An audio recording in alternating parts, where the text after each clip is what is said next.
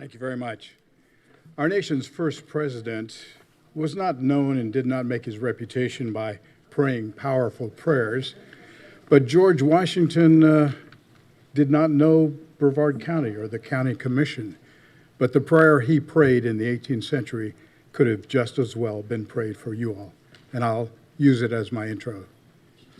Heavenly Father, I now make it my earnest prayer that God would have you and the county over which you preside in his holy protection, that he would incline the hearts of the citizens to cultivate a spirit of obedience to government, to entertain a brotherly affection for one another, and finally, that he would most graciously be pleased to dispose us all to do justice and to love mercy. Lord, tonight I pray for the health and the strength of this body, for each individual member to have discernment, to hear, and willingness to listen. Lord, grant them wisdom beyond all learning and gifting they have been given. Give them a striving for excellence in service to all, and Lord, the satisfaction of a day's work well done, even in the face of opposition. It's in your name we pray. Amen. Thank you, Jamie. All right, the Pledge of Allegiance will be led by Commissioner Rob Feltner. Please join me in the pledge.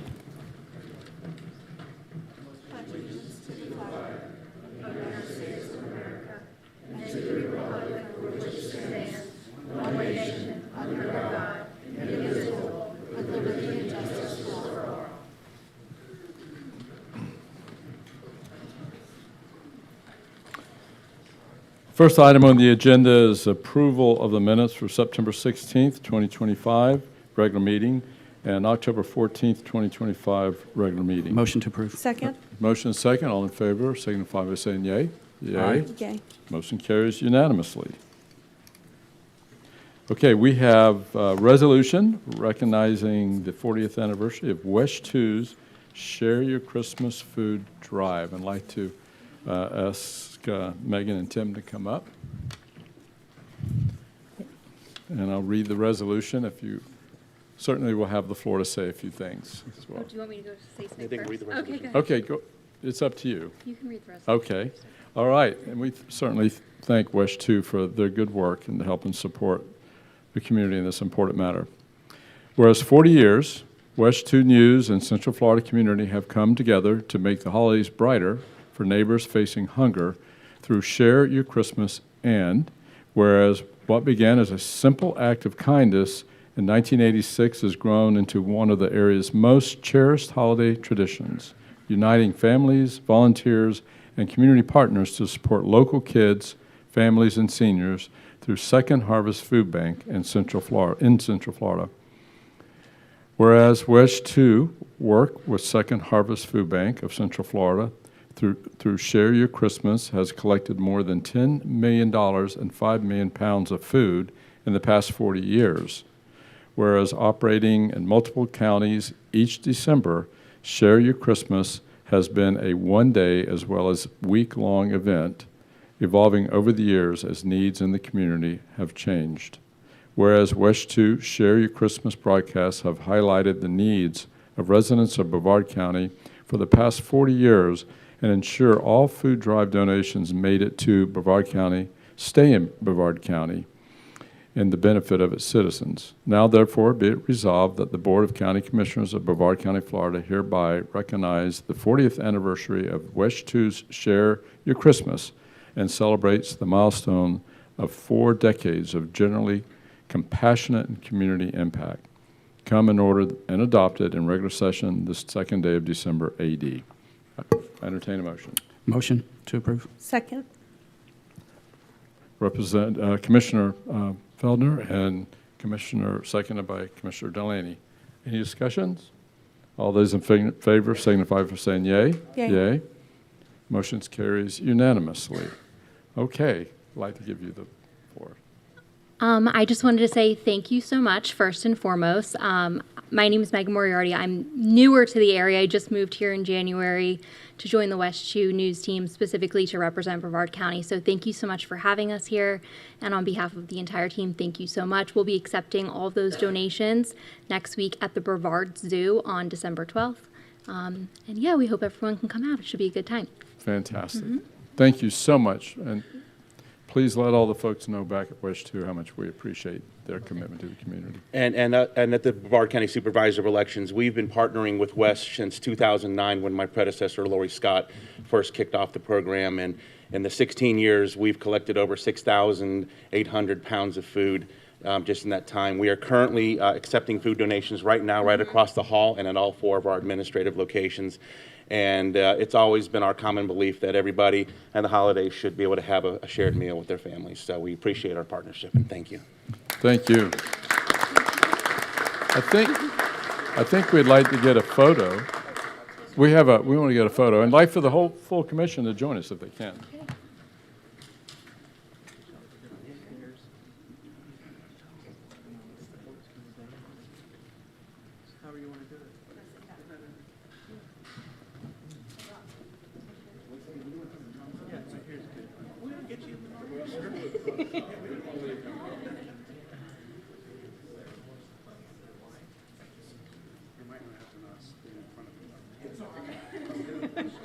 Yeah, he's a little tall. You're blocking Kim.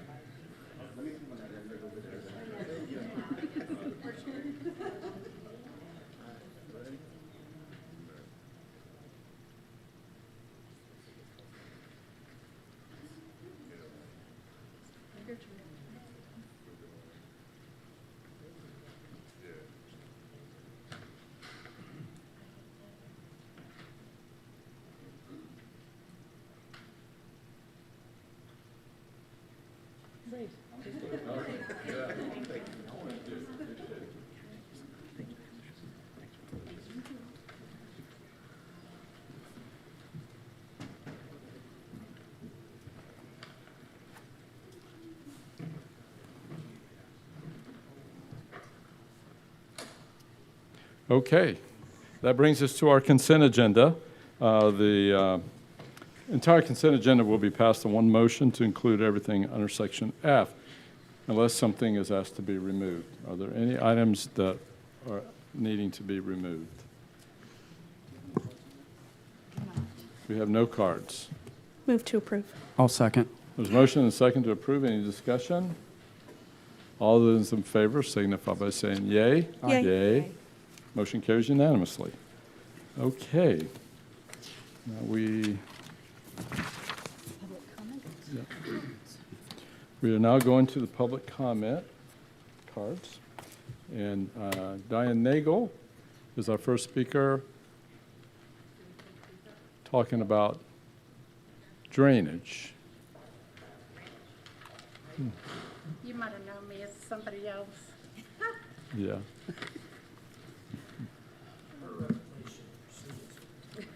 Where do you want me to put the pictures? Let's just set them back here.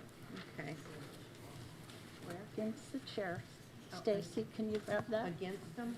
Mm-hmm. Are you getting that? Stand it up. That's it.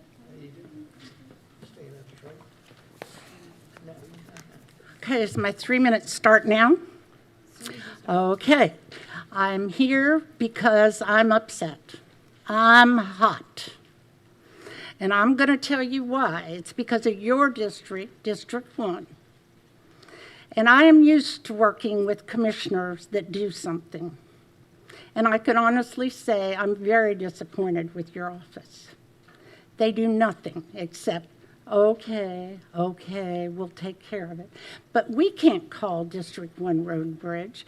You'll have to call them. This was my 5th phone call to your office. I was finally told by somebody that I have to call the District 1 Road and Bridge office. I said, okay, what's their phone number? Well, I don't have that. And I said, oh, okay. Well, what time do they close? Because it was 3:43 in the afternoon. She said, I don't know. I said, okay. So I found the number, and I called Road and Bridge. They were closed, but the tape message said, we're open Monday through Friday from 7:30 to 3:30 and closed on holidays. And I said, okay. So I called back to your office, and I told whoever answered, the same lady, I said, by the way, your road and bridge department is open from 7:30 to 3:30, Monday through Friday, except holidays. So now you know. So that was my conversation. The fifth time that I called their office in District 1. I was told originally that something would be done. It would be looked into, that my backyard was underwater. This was, what day was it, Nancy? I don't know, November 12th, something like that, around 11. Anybody know? 26th of October. Okay. Well, that's the backyard in the middle of the night. I have 4 young children there under the age of 8 that are scared to death because their house is flooding and there's a river in their backyard. But nobody cares. Nobody from District 1. Nobody. So they don't even come out and check it.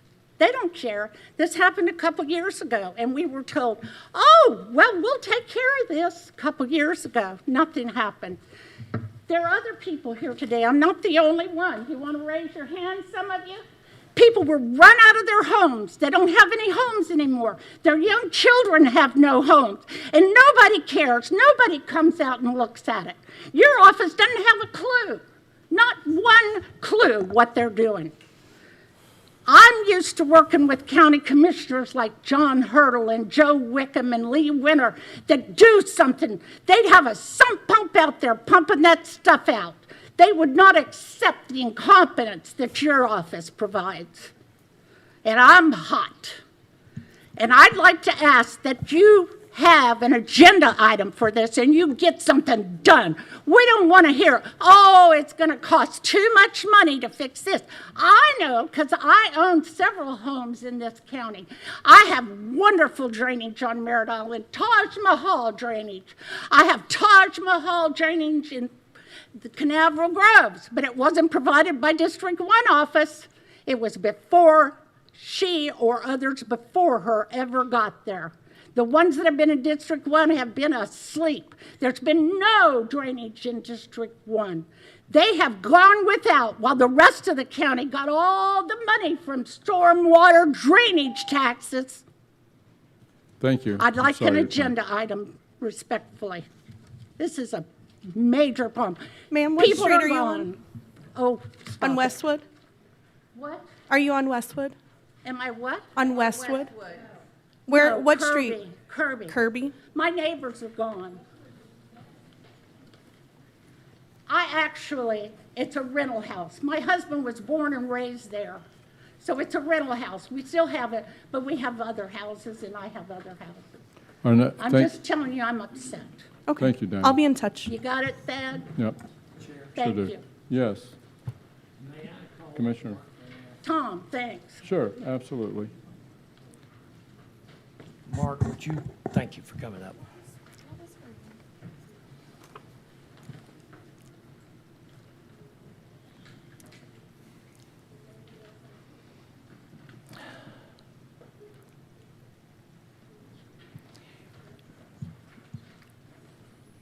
Mark, are you aware of this situation on Kirby? I am, Commissioner. Can you shed some light on why? Because even the other day, I've known Diane for 40 years. So when I rode up there, the streets are still wet. I understand there's a lake behind Kirby, and this spring fed. Is that any truth to that? Yes. So, Commissioner, there is an artesian well. We're not sure exactly where it is coming from, but I do want to, articulate that there's, a couple things that were said by the speaker. While certainly empathetic to the concern, Road and Bridge does not handle private lot drainage. They don't do it in your district. They don't do it in District 1. They don't do it in any of the districts. We handle public road infrastructure. Now, should the board want us to do something more? Certainly, we are at the pleasure of the board, but we would need funding and resources to do so. But specific to that, we have been out there. We did a maintenance project about a year ago to address some failing infrastructure within our easement. That was corrected. But we also have a drainage project that has been explained to the residents, is what I'm told by my staff. We've been on site, we've answered emails, we've answered phone calls. We have both a Dixie Village drainage project, which is roughly $4 million. We also have a Westwood drainage project, which is another $2 million. We are working on the design, and right now we don't have the funding for both those projects. But given the funding constraints that my department has, we will continue to work with the board to figure out ways to find that money, and we'll also be submitting next year for state appropriations. But if we can get to the 50% mark, because typically they look for that. Okay, Chair, another question? Yeah, go ahead. Or did I understand you in the first presentation, you just started your presentation, that we don't control rear lot drainage in that subdivision? That's correct. It's actually in the Brevard County Code that rear lot and side lot drainage are requirements of the homeowners to address. So if the board would like us to change that, we certainly were up in the District 1 area throughout October. There was a lot of flooding, and we did what we could in the public infrastructure, but we had a lot of homes flooding, and again, I'm empathetic to that, but we don't have the resources to handle that. I understand. Chair, please. One more. Absolutely. Go All ahead. right. Just finish your line of questioning. That being said, those homes, when they were built, was there drainage grades on side swells coming to the road, or then they've been filled up by homeowners, or do you know? So I don't know specifically to that, that particular house, but that is a problematic issue for us yeah. countywide, Oh, yeah. and it's something that we're going to be briefing to the board about some drainage concerns that we have and how possibly to address them in our budget workshop. Right. If that natural lake has an artesian well, by state law, aren't you supposed to cap, isn't somebody supposed to cap it? I can't answer that, but I can say that our staff looked at it and they were concerned about when they attempted to cap it and the flooding that appeared to come from that. So they decided it was best to leave it alone for now. Okay, all right. Let me ask, you stay there. Virginia, could you come up, please? While Virginia's walking up, I have a question on something you said. We feel all the time. Now, if I live and there's a public drainage easement in my backyard, the county would be responsible for that public drainage easement, wouldn't they? So again, Commissioner, in our code, and I don't have it committed to memory, but it actually says that even if it's dedicated to the public, side and rear lot drainage is the responsibility of the homeowner. Now, if I'm going into a public easement, though, I'm a private homeowner, and I start working in what is considered a public easement, do I have to have the permission of the easement holder to do the work there? Technically, you do need to obtain a permit. That is one, as Commissioner Goodson was alluding to. We have a problem throughout the county where we have drainage easements which are being filled in. They are one of the major issues that we have. In addition to that, we have failed private culverts. So there's a number of Right. issues that we intend to brief to the board, but that's the Reader's Digest version, so to speak. Yeah, and we've talked about that. That is a serious problem. Okay. Now, thank you, Chair. Virginia, what is the ruling on open artesian wells in the state of Florida? The Water Management District has a well plugging program to assist homeowners with getting those plugged if they're on private property. What if it's on a county lake? I assume that's a Right, county then lake. we would be the funding partner. Is that a county lake up there? Does anybody know that answer? I don't know. Could you? I'm not familiar with the site. We can certainly look into that, Commissioner. Yeah, please look into that and let the board know, because I was under this false assumption that St. John's wanted artesian wells capped. Yes, they do. So who would help pay for the capping of that well?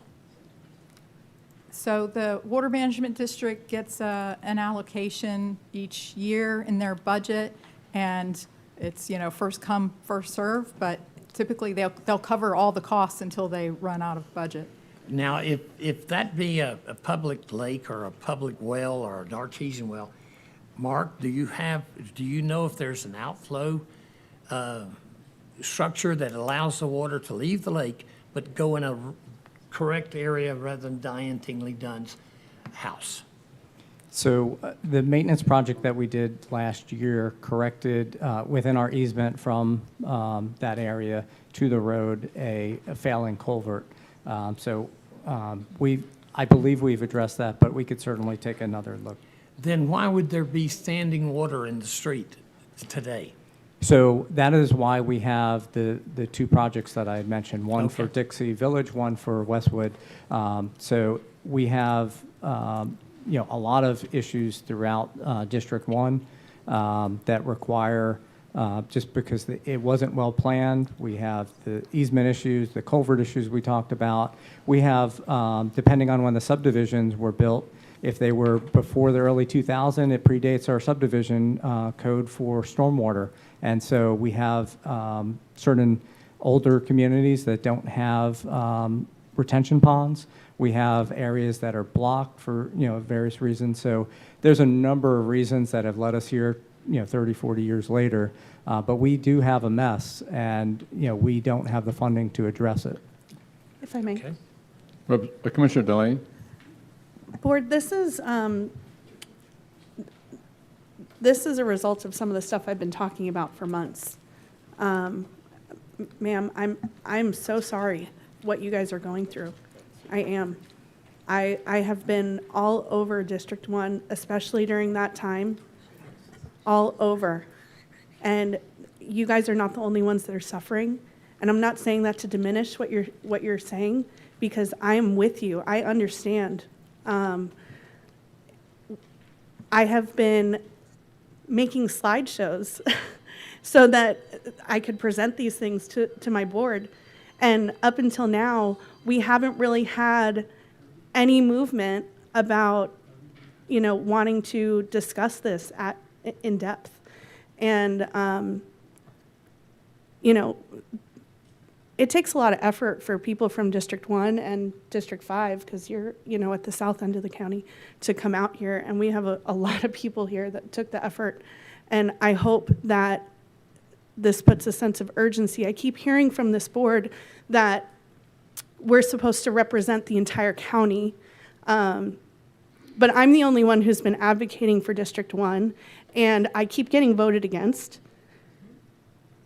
And I'm about done with it, and so are my constituents, obviously. Yes. During that time, Mark, didn't I call you? I can't even count how many times, basically begging to see if we could get vac trucks out, and Yes, Commissioner. over and over again. And it just isn't in our code. We weren't allowed. And I was told that I would have to get board approval to make that happen. And 30 families lost their homes. yes, ma'am. 30. I know. Way more than that. Way more than that. No, that's just in our neighborhood. I know. Please, if you're going to speak, I know. fill out a card, and we'll hear you. Okay, good. All right, I guess the great. last thing I'll say is this is a critical issue. We're in an emergency. We're not even in a critical issue. It is an emergency, what we're dealing with in District 1. So I'm asking you, board, to please hear these people that have traveled this way. Hear them.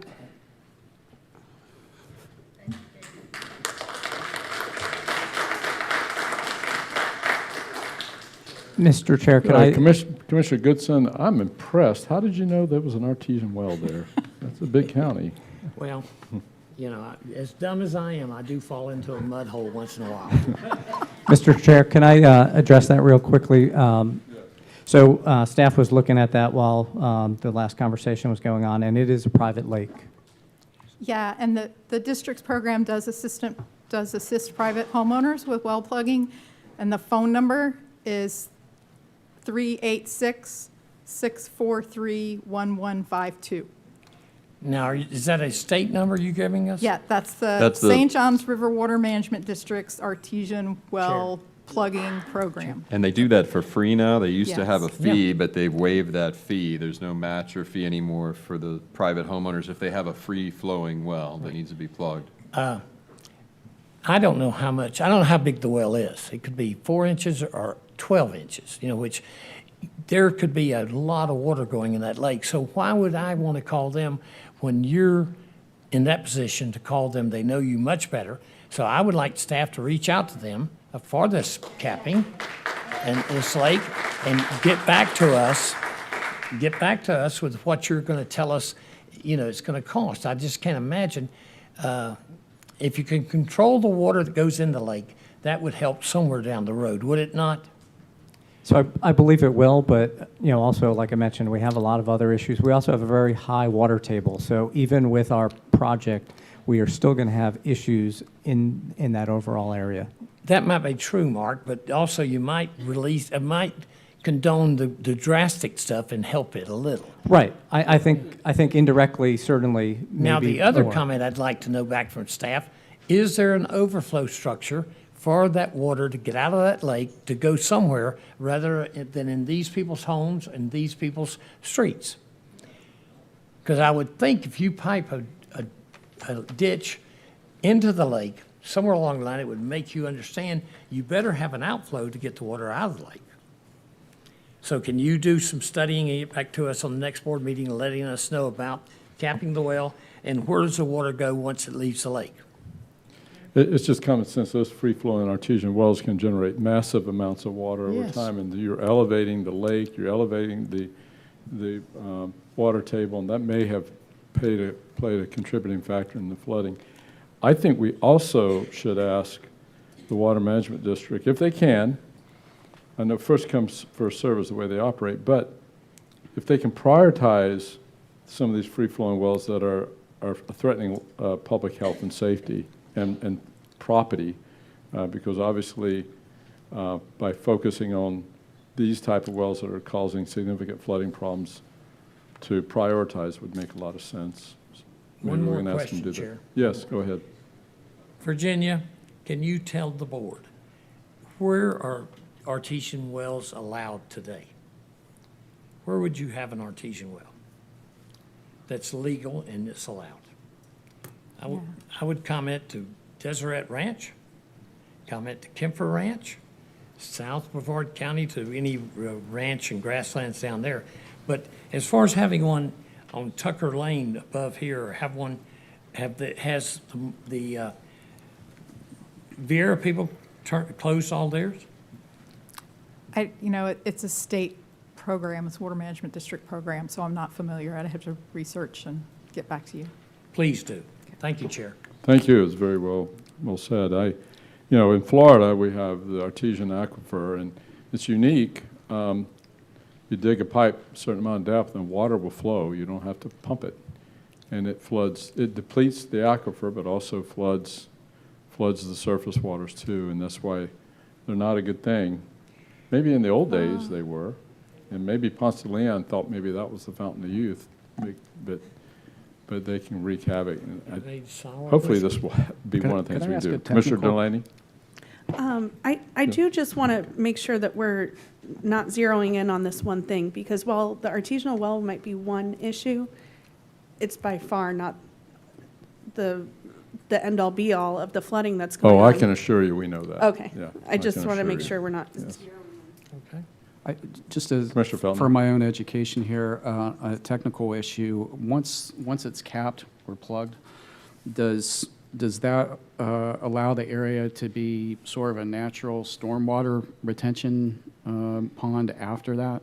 It would Potentially. depend on the elevations, but yeah, likely. I mean, if water's coming up there now and pooling there, it seems that's where water wants to go, right? That's the low Depend on the area. surrounding elevations. Commissioner, I think we'd have to look at it. So again, communicating with staff while we're here, we don't believe it was designed. We're going to check with St. John's. Maybe the residents know, but a lot of good questions. It's a private lake, so we may not have the information, but we'll look to see what we can find. Just one follow. A lot of people have these free-flowing wells in these lakes because in the dry time of the year, the lakes really draw down, and they expose a lot of the shoreline. It may not look as attractive as having a lake with a high water table, but the problem is, when you don't allow that water to dry down, you get a gully washer, there's no place for the water to go but people's houses or yards. Commissioner Feltner? I was just going to say, in my district, I can appreciate that there are older neighborhoods that don't have stormwater retention. And then there's the newer areas, like over here, where there's stormwater retention everywhere.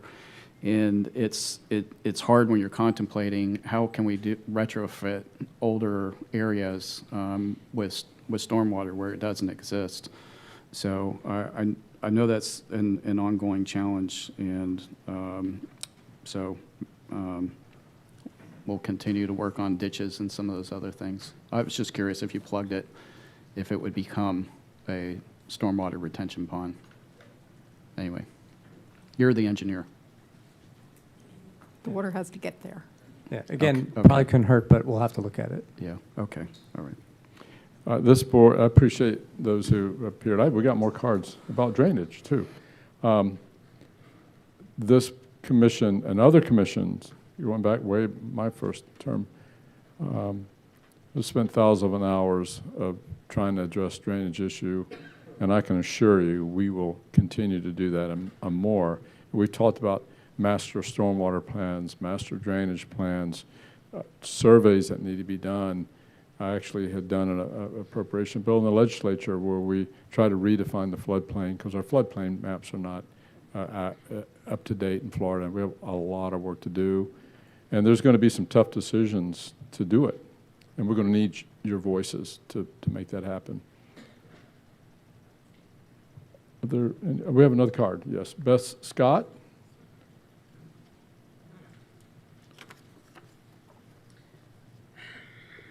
Good evening, thank you. Respectfully, I feel like this is kind of lip service. We have owned property in Westwood Villas since 2002. The family has owned property on Kirby since 1960-something. It belonged to my former mother-in-law. During Ian, there was 9 inches of standing water in the neighborhood. During this storm on the 26th, there was 9 inches in the garage of our home, 4.5 inches inside our house. When I opened the front door, it looked like a storm river, literally a raging river coming from the back of my house to the front. Okay? The entire top of the street was underwater. I have photographs. I sat in my car and watched the water rise. Nothing that could be done. This is the second time. As I said, we got told during Ian it was because there was a broken pipe on Parish Road that served the neighborhood up off of Parish Road. The engineer assured us that the lake on the property behind Kirby had nothing to do with it. And before they could even fix the Parish Road issue, the culvert failed right there on Kirby and Bryn Mawr that runs behind our neighbors' houses. We watched as they pumped the water out from the lake behind, trying to that culvert, which is what caused that culvert to fail. We sat there and watched it. Respectfully, this is not a new problem. This is a problem because we have allowed overgrowth without paying attention to the neighbors and the surrounding areas. Plain and simple. We bought that house on Bryn Mawr in 2002. It still, according to the drainage maps, is not in a flood zone. I guarantee you, it's a flood zone. I have pictures. My kids now have to take all of their stuff out of their house again with no insurance, no way to cover it, and replace everything all over again. You need to realize that the growth in this county needs to consider the older subdivisions, not just what you're putting in new. Don't let what you can build up here on this person's property affect me down here. I shouldn't have to have flood insurance, right? You said move the water out of my backyard. Well, during Ian, I made sure that occurred. I have sump pumps that run all the drainage water out of my backyard to the road, right? That's my responsibility, is to get the water out of my backyard so it doesn't flood my house, right? Didn't do any good. Respectfully, please fix the problem.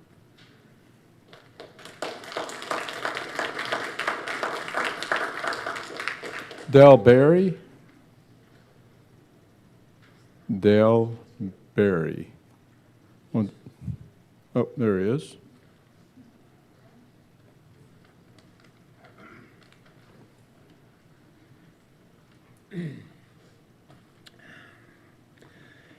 Yeah, I live on Brandmar Drive. There was 18 inches of water in my house for over 12 hours. The ditch that you call drainage behind my house floods every time it rains. And they spent a lot of money on the culvert that passes Kirby Street, and it didn't seem like it did any good. What would have been helpful if the governor was involved and declared a disaster area so we could get some federal help. You guys can't do it? Trump seems pretty eager to come in and help people. So why weren't they involved? No one has heard anything about this flood until this meeting. Where were you a month ago when we were trying to pump our houses out? That drainage ditch behind my house is supposed to be cleared every year. You know when the last time it was cleared? Probably about 5 years ago. That's a main drainage ditch. They come in with the big machines that pulls up all the trees and clears out the waterway. Why don't you do it? I mean, I don't have that machine. And it wasn't until our backdoor neighbors called and called and called and called for years before it was ever cleared. You know, I don't like replacing everything in my house, and I lost a lot.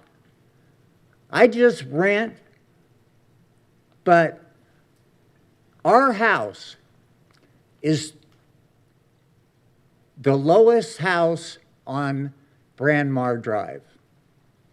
A neighbor of mine, make this short, neighbor of mine, his house burned down. Took him 2 years to put the permits in. When he rebuilt his house, they forced him to raise the foundation 2 feet. And what does that look like to all the neighbors that he lives by? Please do something.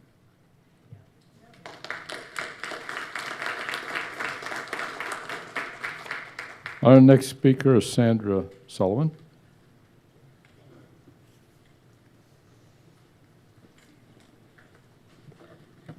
Sandra Sullivan. I've been coming here for 8 years and run a local Facebook page group called Waves Action. And I've been saying many times we got mucked on the Lagoon tax. I'm just appalled. I'm going to say the Lagoon tax is a scam. We had nearly 21 million gallons dumped to the Indian River Lagoon in 2022 and 2023. Appalling. Who knew? The testing shows E. coli in the surface water. There's issues on both those plants. That was at Sykes Creek and South Beaches, mostly South Beaches, District 3, where 19 million of that came from. There's issues with the well and consent orders. And the Lagoon tax, what we voted for, included AWT upgrades. So it's $2.4 million on the soil plan for that. But it's $18 million to do the work, which was awarded in 2022. Nothing's been done. The infrastructure, everybody knows, is an issue. DEP is fining Brevard County for not reporting sewage dumping since 2023. You have consent orders on these sewage treatment plants, both on your monitoring wells, which you're not monitoring. You know why? Because sewage has a way of coming up, upwelling. Sewage dumping is the largest source of pollution. You can pour all the money you want in the Lagoon tax, but if you're dumping sewage to that degree, 21 million gallons of sewage, and that wasn't a peep. We didn't know about it. I looked it up on Oculus and found that information. Now, regarding these comments on the flooding, you guys know, they don't know, but I know because I come to these meetings. Katie knows because Katie fought for this, that you guys removed the density limitation from the comprehensive plan, which is going to increase the density hugely. We have 4 floodplains. And so if I look back on the last 8 years of what topic has filled this room more than any other issue, and we even had somebody recently saying they had to buy a boat because of their flooding recently. But the issue that has plagued Brevard is flooding. And what you guys did in the comprehensive plan is so incredibly irresponsible for the future flooding. You're going to have way more people than this coming in here. Now, I have an award for you guys. And I call this the We Got Mucked Award. One for you. One for you. Thank you so much. One for you. And one for you. Congratulations. Thank you.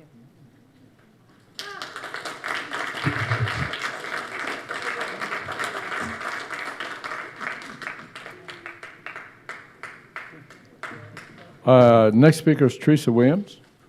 Sorry, I forgot one. I knew I had 5. One for the county manager.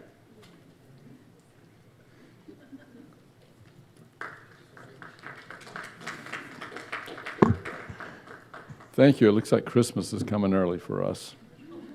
So, Hi, my name is Teresa Williams, and I'm a resident at 3050 Kirby Drive. October 25th is the last evening that I was able to spend in my home due to this flooding. We were on Harrison Avenue, 4 hours, enough rain fell that we almost did not make it home. There were sections of Titusville where water was washing up over the hood of my SUV. We were stranded. We had to have someone with a lifted truck come and rescue us and take us home. You want to know where that pond is draining that's directly behind my house? Into my pool, into my home, into my neighbor's home that lived directly next to me. Drywall has come out. Flooring has come out. I don't have a kitchen. I can't live in my home. You mentioned that there's a $2 million budget for Westwood, a $4 million budget for Kirby. Might have those numbers mixed up. We bought a home with my mother in 1988 on Westwood Drive, 3320 Westwood Drive. Every single time it rains, Westwood Drive floods to the point that cars have to be rescued. Emergency services have to be called out. So there's more money that's being wasted because the county refuses to do anything about this problem. Now, when the rain recedes and the waters recede from Westwood Drive, the street's dry. However, if you go to Kirby Drive right now, there is water actively flowing down the gutters, down Kirby Drive. You can go around the curve toward Westwood and you can see where it is coming out of the cracks in people's driveways. And it's real easy to sit up here and say, budget this, budget that, commission this, vote that, but the fact of the matter is, how many of you are able to go home to your bed tonight? I can't. I can't because the county refuses to do anything. They send people out to Westwood Drive and they dig a hole and they put a patch. You know what we've got now on Westwood Drive? Patches, potholes, and a flood every single time it rains. Insurance will not cover the damage done to our homes because it overflowed from a natural source. I was catching catfish in my pool.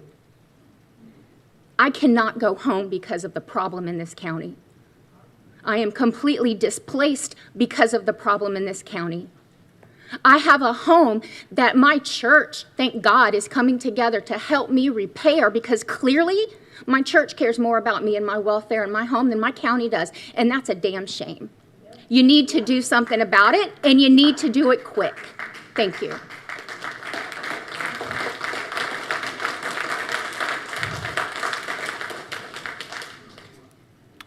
I think that was our last card. Okay, thank you, and we will definitely, I know we have a lot of work to do, and it's a problem that took some time to create. It's going to take some time and resources to fix, but we hope that you will be here rooting us on as we start hearing those type of proposals to fix this problem. Okay, we'll move on from public comments to unfinished business. Excuse me. May I have a comment, please? I filled out a order. Okay, let's see if we can find them. If you're past the first 5, you speak at the end.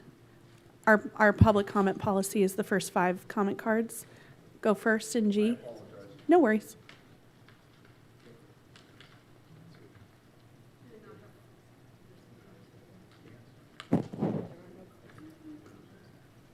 Yeah, we need you to, we don't have a card.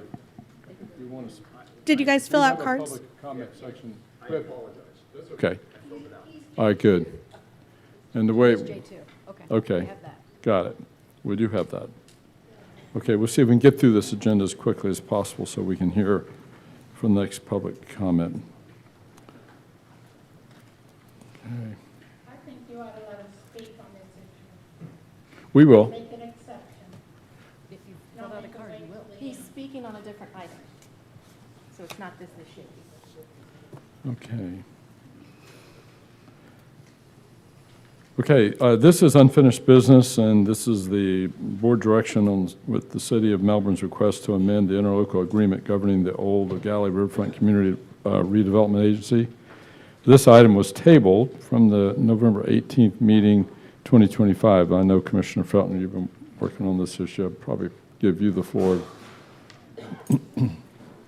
Mr. Chair, I'd like to hear from the cards. I think Melbourne's here tonight. Let them speak and see what it is that they're proposing at this point, and then we could go on. Are there cards for them? Yeah. For I-1. Why don't we're in the order of the way they're filled up, but I think it'd be helpful to first hear from the City of Melbourne. Yeah. Jenny Lamb, probably let's let her speak first.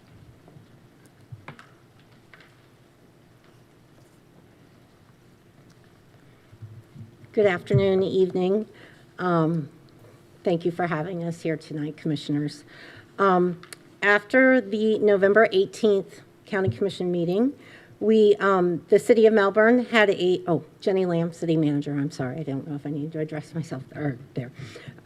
After the November 18th Commissioners meeting, the Melbourne City Council had a discussion item on their November 25th agenda. We discussed some of the comments that were made from the different commissioners, and we came to a consensus. I did send a letter last Wednesday, the day after the council meeting, and sort of went over some of those terms. I'll try to do this as briefly as possible.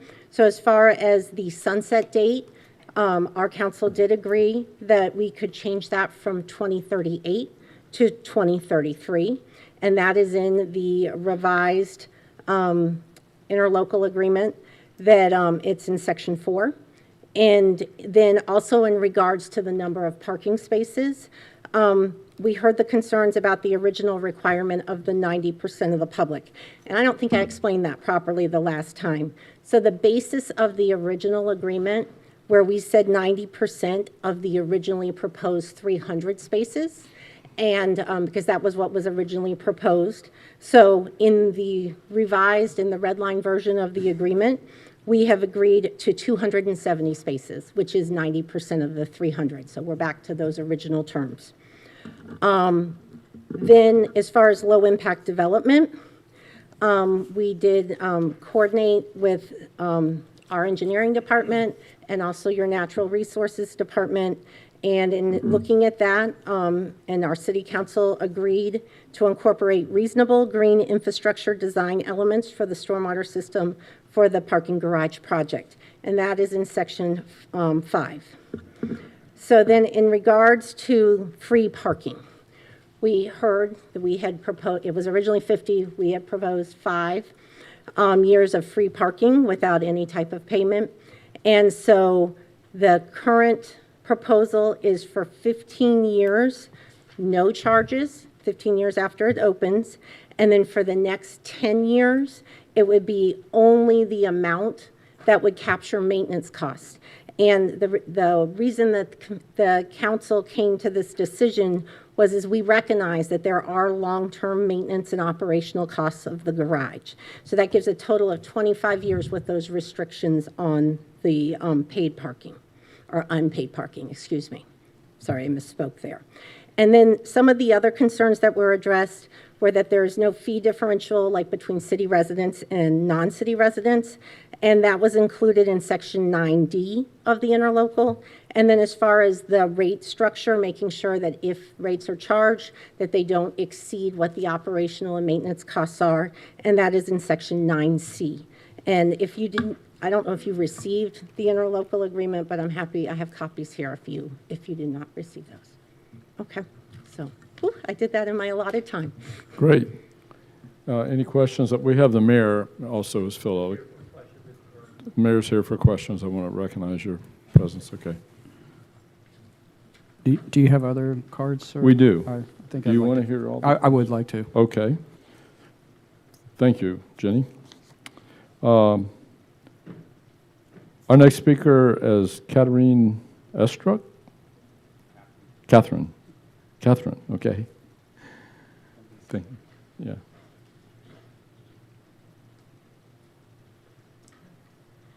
Good evening, and hello. I'm Catherine Esrock. I'm a resident of Viera, so District 4, but I'm also the executive director of the Brevard Cultural Alliance, which is Brevard County's designated local arts agency. And I just wanted to come and speak in support of EGAD and wanting to see a beautiful, important local arts and culture area in our county be able to grow and thrive even more.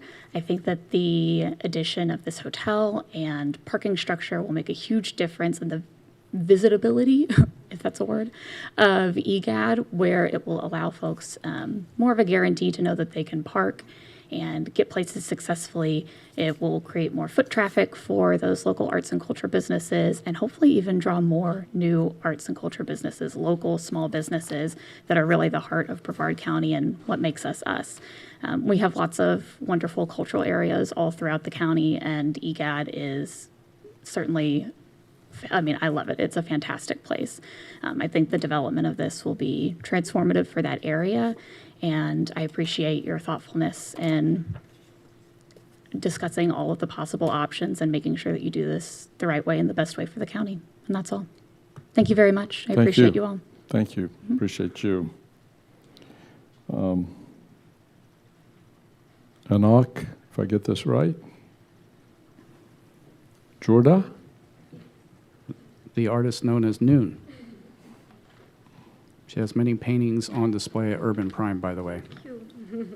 I'll have to go check Good them out. evening. Thank you for having me. So I come How do you after pronounce your Catherine. name? I want to see how close I got. Anouk Jourda. Okay. Okay. I'm actually French. I started working for Brevard Cultural Alliance 2 months ago. I have installed art in several of your offices. I recognize a lot of familiar faces. Thank you for having us tonight. I wanted to speak on behalf of a lot of artists that have approached me regarding EGAD. They want to make sure that EGAD thrives and develops the way it was intended to be. They are all regretting the disappearance of the Fusener, and the fact that this museum is gone has created a gap in the flow of traffic and in the art flow of the whole district. So I wanted to emphasize the fact that if you develop it right, it could take EGAD to another level, to the level you intended. But if there is no art development regarding these new projects, the hotel, the parking lot, the Fusener will be missed. It is still lacking in the unity and in the development of all the beautiful, unique businesses you have in EGAD. So a lot of artists used to gather there, connect with the artistic community. The art walks were more meaningful when you had that museum. And if the hotel is built, it should be built quickly and restore that flow. And it should also focus a lot on the arts so that EGAD does become a destination for arts and not just, a few art stores trying to get attention. You would drive a lot of tourists thinking, oh, I'm going to a whole district that is intended to be developed, focused on the arts. This weekend, I'm actually going to Miami for Art Basel, which is a world-known destination, and I'm actually attending one of the hotel art shows. It's called Aqua. It's a whole hotel that is turned into a gallery for the Art Week. Why not dream big and develop that for EGAD in the long term? People will get tired of Miami. It's overflown with traffic, too many people. But if we develop something that is unique and is an art district, an art destination, then we are nailing it where we need to. Thank you. Thank you. Thank you. Sandra Sullivan.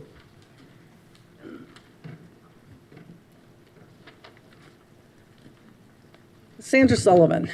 So you're just talking about you don't have money to take care of drainage for these poor people. What, 30 people lost their homes? How many meetings do we come to that we hear this over and over and over and over again? There isn't enough money. We have $2.2 billion deficit in the budget for transportation. That was as much as the entire budget at that time. District 3 just, I noticed, has an appropriations for $219 million for a new, I presume, toilet to tap, since it's toilet and water facility. You have sewage plants that are at or over capacity.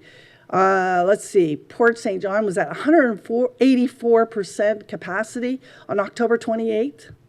We're dumping raw sewage down deep injection wells against the law. We have a critical crisis on infrastructure, and yet you're going to consider giving $12.1 million to a developer who wants to build a hotel. Since when did we pick winners and losers? Let free enterprise work the way it's supposed to. Close all 3 CRAs that have no debt. That's the fiscally responsible thing to do right now. And then for the rest of the CRAs, negotiate with the CRAs to take on no new debt. They have almost 13% more income going into their CRA because of the tax increment just this year. No wonder they can pay it off earlier, because they've already collected over $6 million since 2021, when it was supposed to be a $6.8 million project. Earlier this year, it went up to $8.7 million. Then it went up to $10.5 million. And now it's $12.1 million. They can't even make up their minds on how much this thing's going to cost. What a joke. You guys are a joke. Where is the fiscal conservatives that we elected to be up here?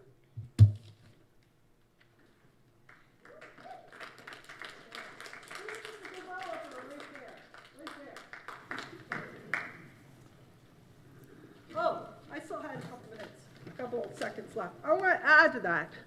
It is a bad look when this developer gives money to your PACs to help you get elected.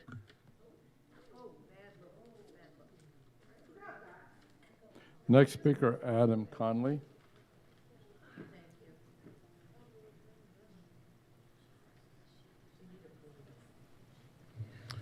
Good evening, Board. Thank you. Adam Conley, City Attorney for the City of Melbourne. Generally just here to answer any questions that you have. The only thing that I'll add to what Ms. Lamb said was, again, to reiterate, the red line draft that was presented to you last Wednesday represents a work product of city staff based upon the consensus direction from City Council at our November 25th council meeting to try and negotiate final terms and address the concerns that you had. The only other thing I'll point out is City Council does have a scheduled, the final scheduled council meeting for this calendar year, next Tuesday, December 9th. And we at least tentatively have an agenda item scheduled for consideration of this interlocal agreement. So we would certainly appreciate any final direction, concerns, other things that you have, so we can discuss that with council on the 9th, or at least consider giving Commissioner Altman and staff authority to finalize negotiations, or consider giving staff direction to place this on your December 16th agenda for final approval. Beyond that, I'm happy to answer any questions that you have, but I'll stand on the points that Ms. Lamb made. Thank you. Thank you. Any questions? If we have something, we'll definitely ask. Thank you. Oh, you have a question? Yeah. Oh, 5 questions. Well, you have the floor. Take your time. Commissioner Atkinson.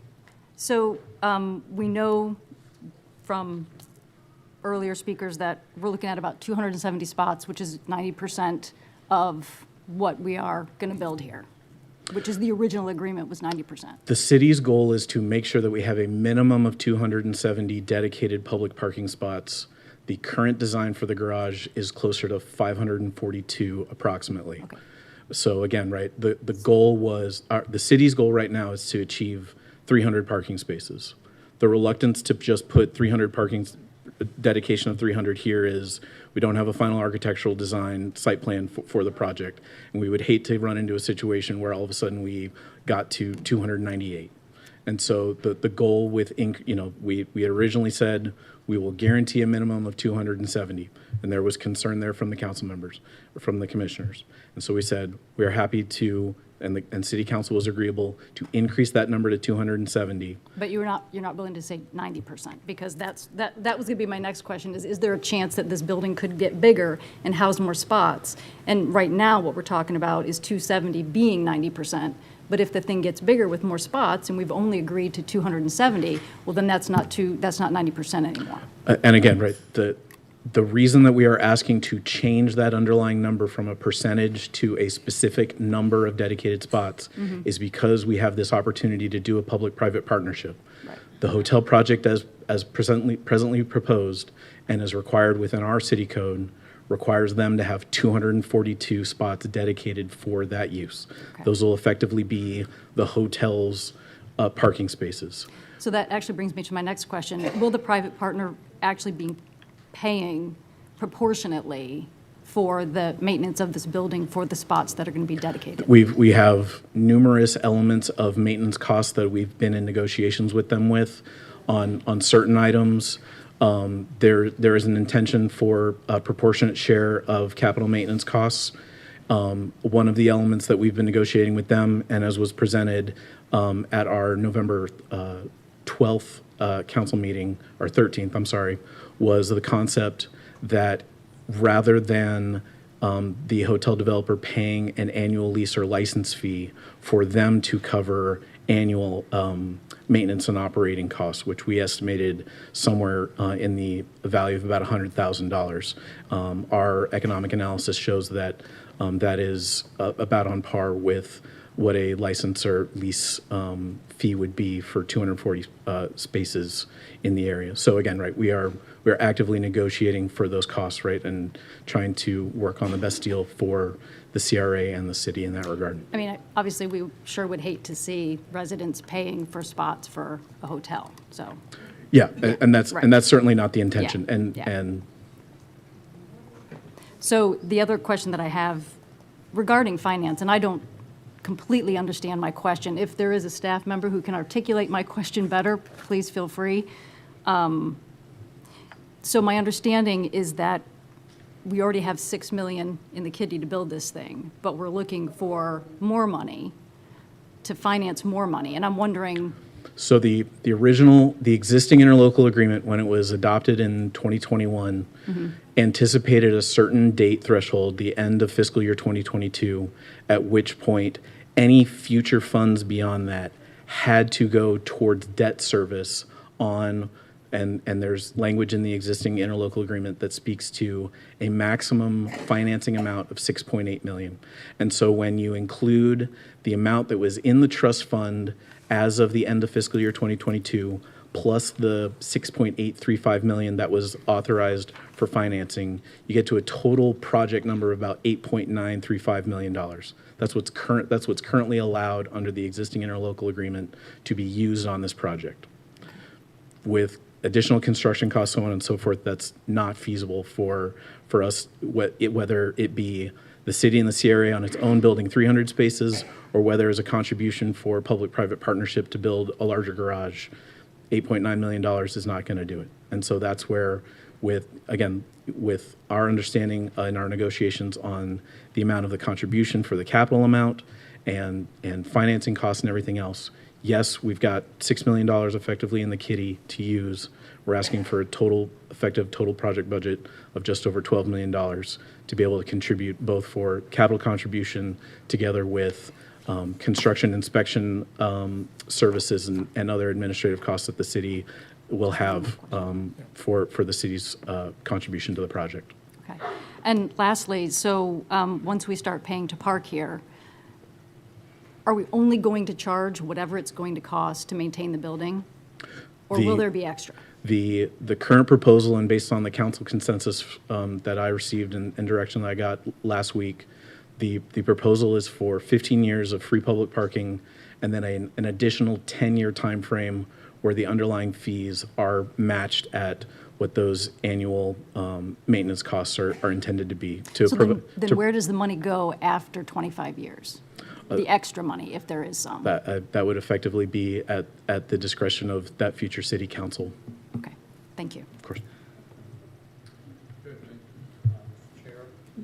Yes, Commissioner Goodson. Commissioner Kim, if you don't like their proposal, make an offer to them again for them to go back to their council and see if they would agree to it. I actually have a motion I was going to make, but I wanted to make sure we all had time to ask our questions. All right, I'm just glad you're ready. Okay, thank you. Thank you. Thank you. Commissioner LaRussa?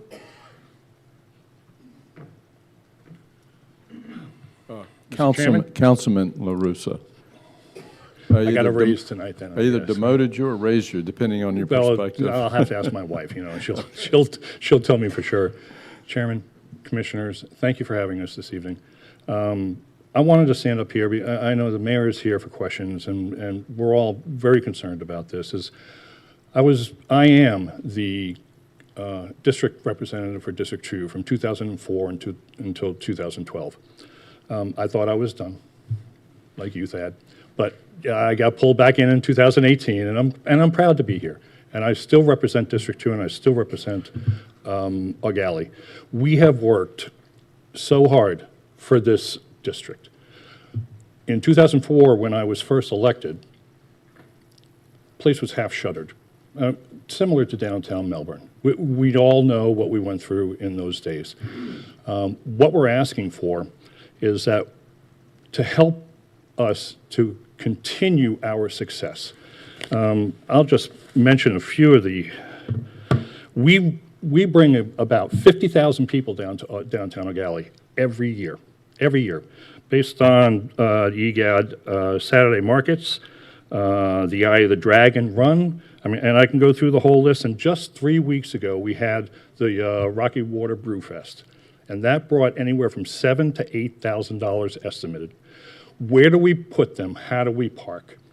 So my question is, basically, is that I think that this is an opportunity for us to keep our dollars in our community.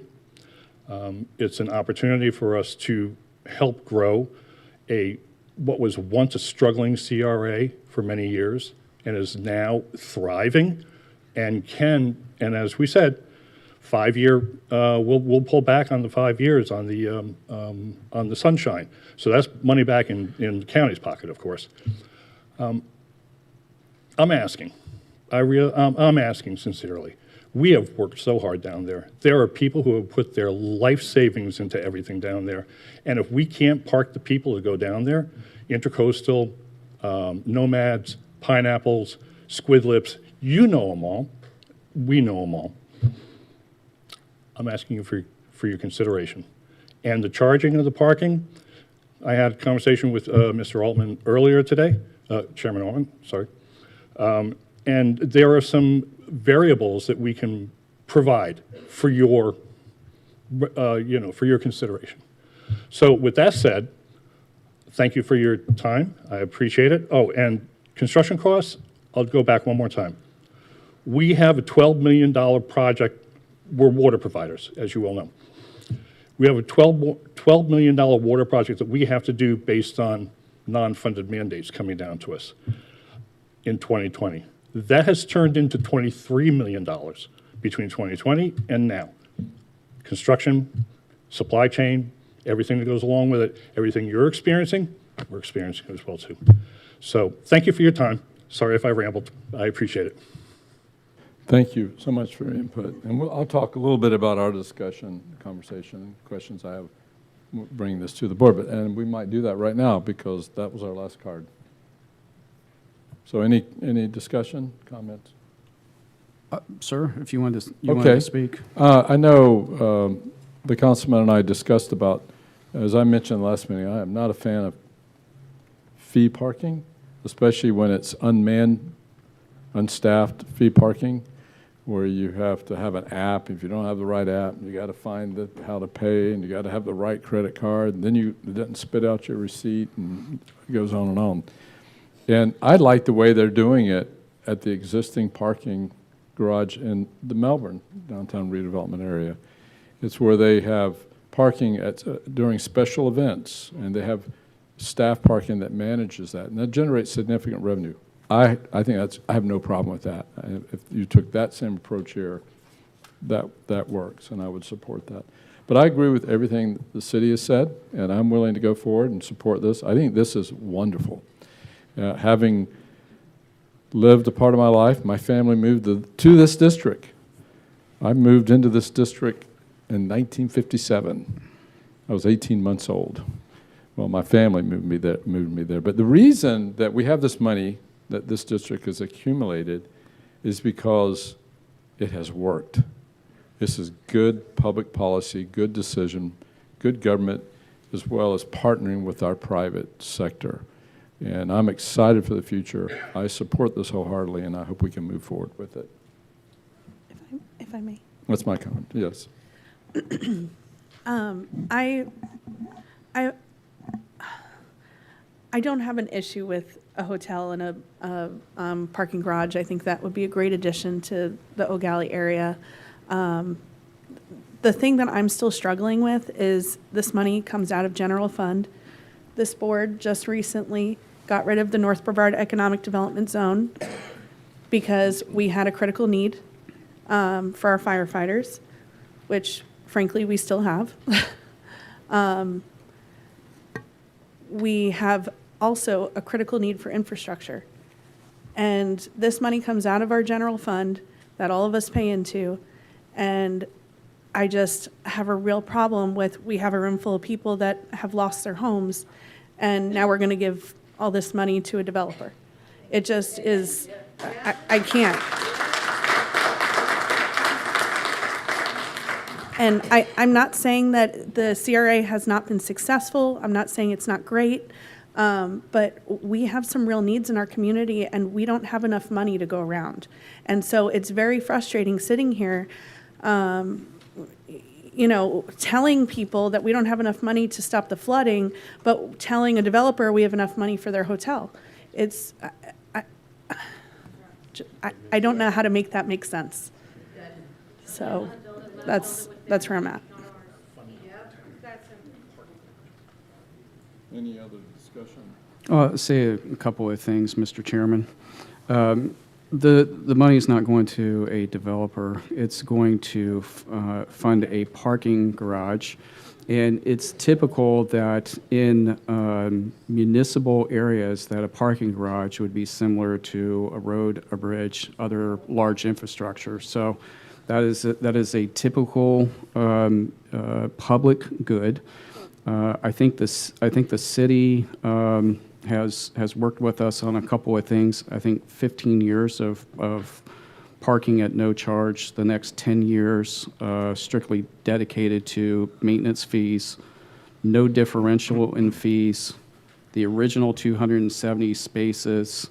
To your concern about how parking apps work and those sorts of things, I might suggest, and technology is going to make this a lot easier, but when you park at OIA now, you know, your e-pass works, and I'm sure most of us have e-pass, and that's seamless. That's pretty easy. So that might be something that you would look at. So I think what the cities, what we have here in the packet, with the updates that the council considered, I'm good with today.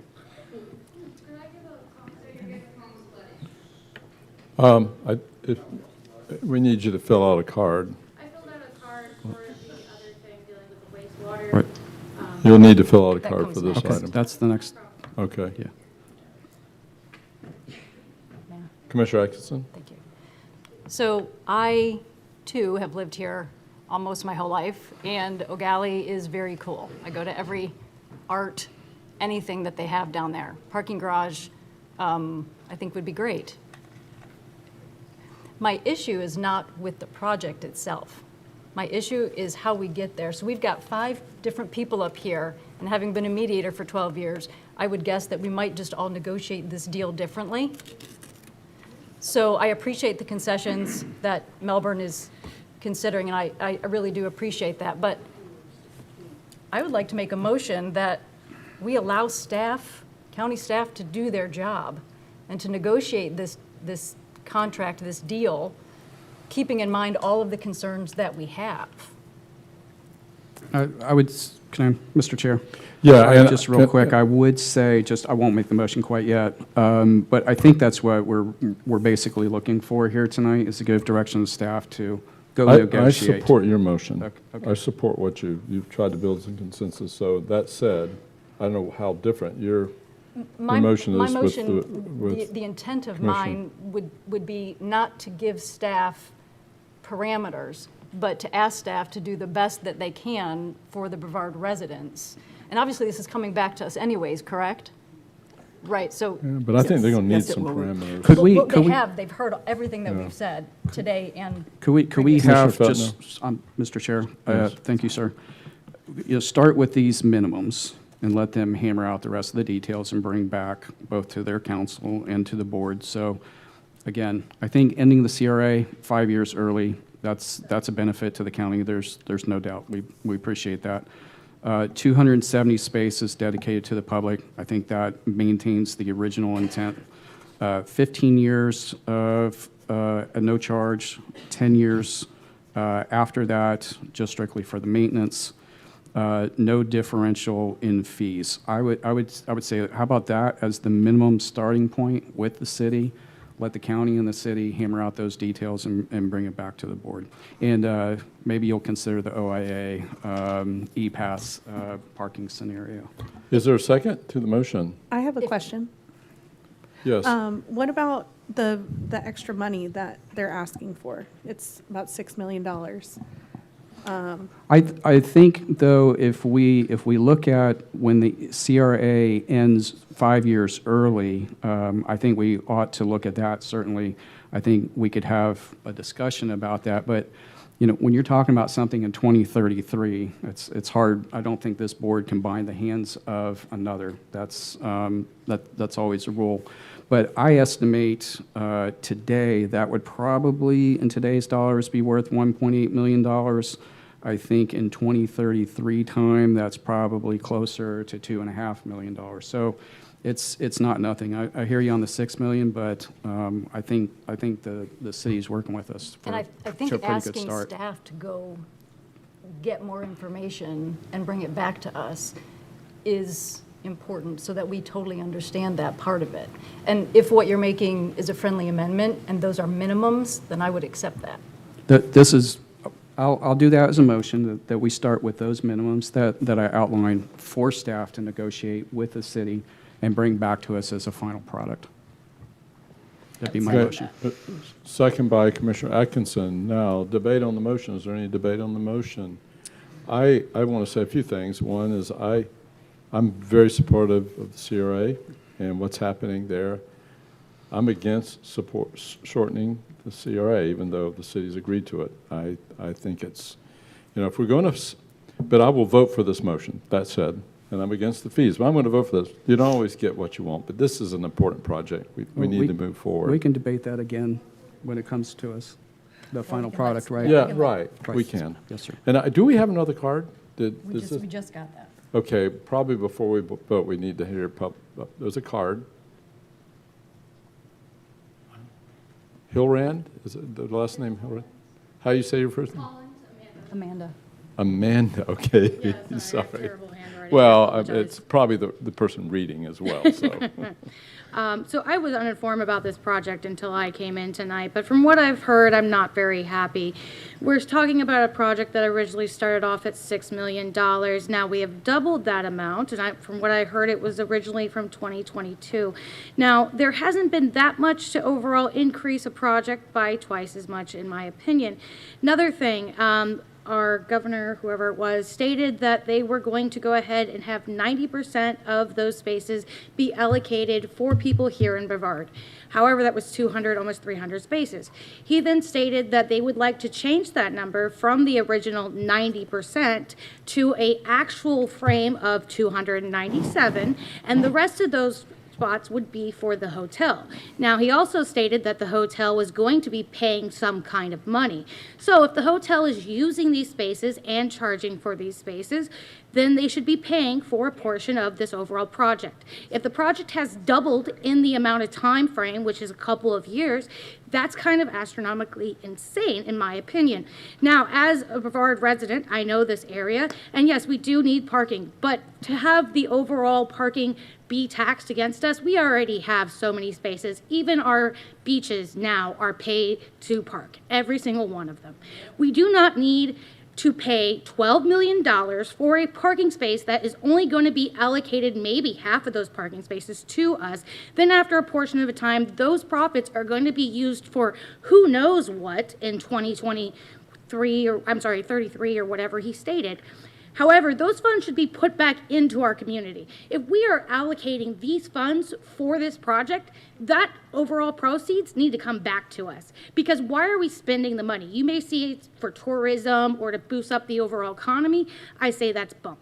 There is no reason for us to be paying double the amount of money for a project that an overall real estate developer is also putting funds into and then allocating that public parking spaces to be used by a developer so that they can charge us more money in less than 10 years or whatever you're going to change the number to. I personally don't think that we should be paying the $12 million. If you are going to pay something to it, it should be half of the price. And if the overall real estate developer is going to be allocating those spaces, they should be ahead and paying for that. And if the original spaces was 90% for us to put in these taxpayer money, then it should stay at 90%. It should not be allocated to a smaller amount so that they can make it even larger. And we should have overall say in the funds that are going in here, what it's being poured to, what the overall company that is a private real estate developer is adding in. Because the numbers to me aren't adding up. How do we double in an amount of a couple of years? I know that there's tariffs and there's taxes and everything else, but that just doesn't make any sense. And I would like to see that overall paperwork before you guys vote on anything. Thank you.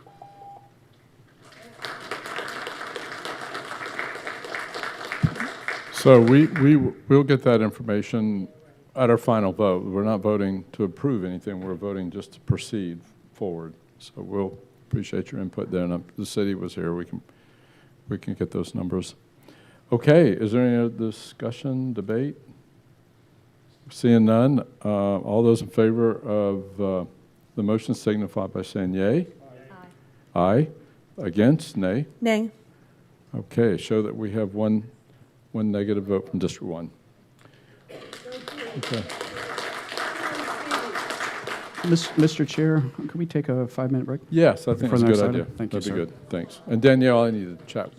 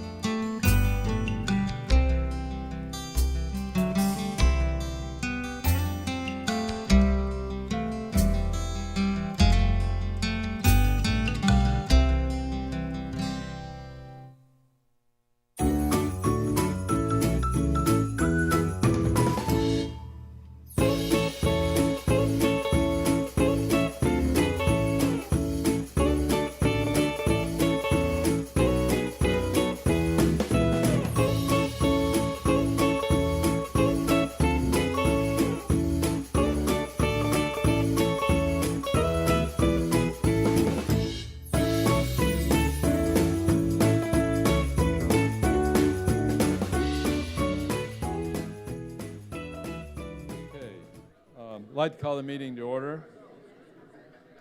I think we got everybody here. We do. So the next item on the agenda is J2, a written request for public meeting regarding draft permit number so-and-so, submitted by Blue Origin LLC to the Florida Department of Environmental Protection for the discharge of 0.49 million gallons of water per day, the process and non-process industrial wastewater to the Indian River Lagoon. I'd like to read a statement because offices have gotten a lot of calls just so people can fully understand the nature of this agenda item. The Brevard County Board of Commissioners has been asked to submit a request to the Florida Department of Environmental Protection for a public meeting on this matter.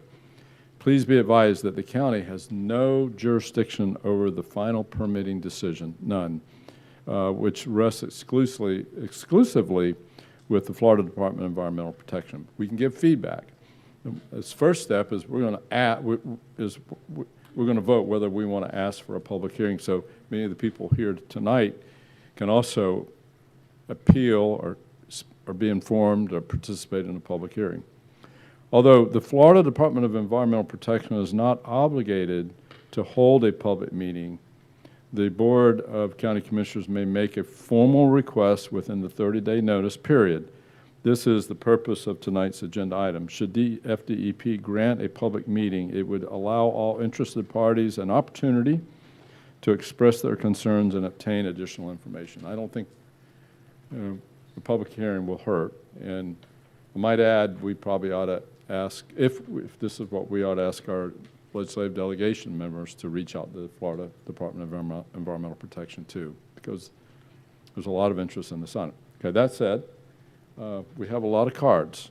So when you speak, we want you to know where we are. First speaker, Terry White. Good to see you, Terry. Good to have you here. He's a space shuttle legend. Thank you for that. Thank you for your service. Yeah, I live on North Merritt Island off of East Crisafulli Road on Joseph Court.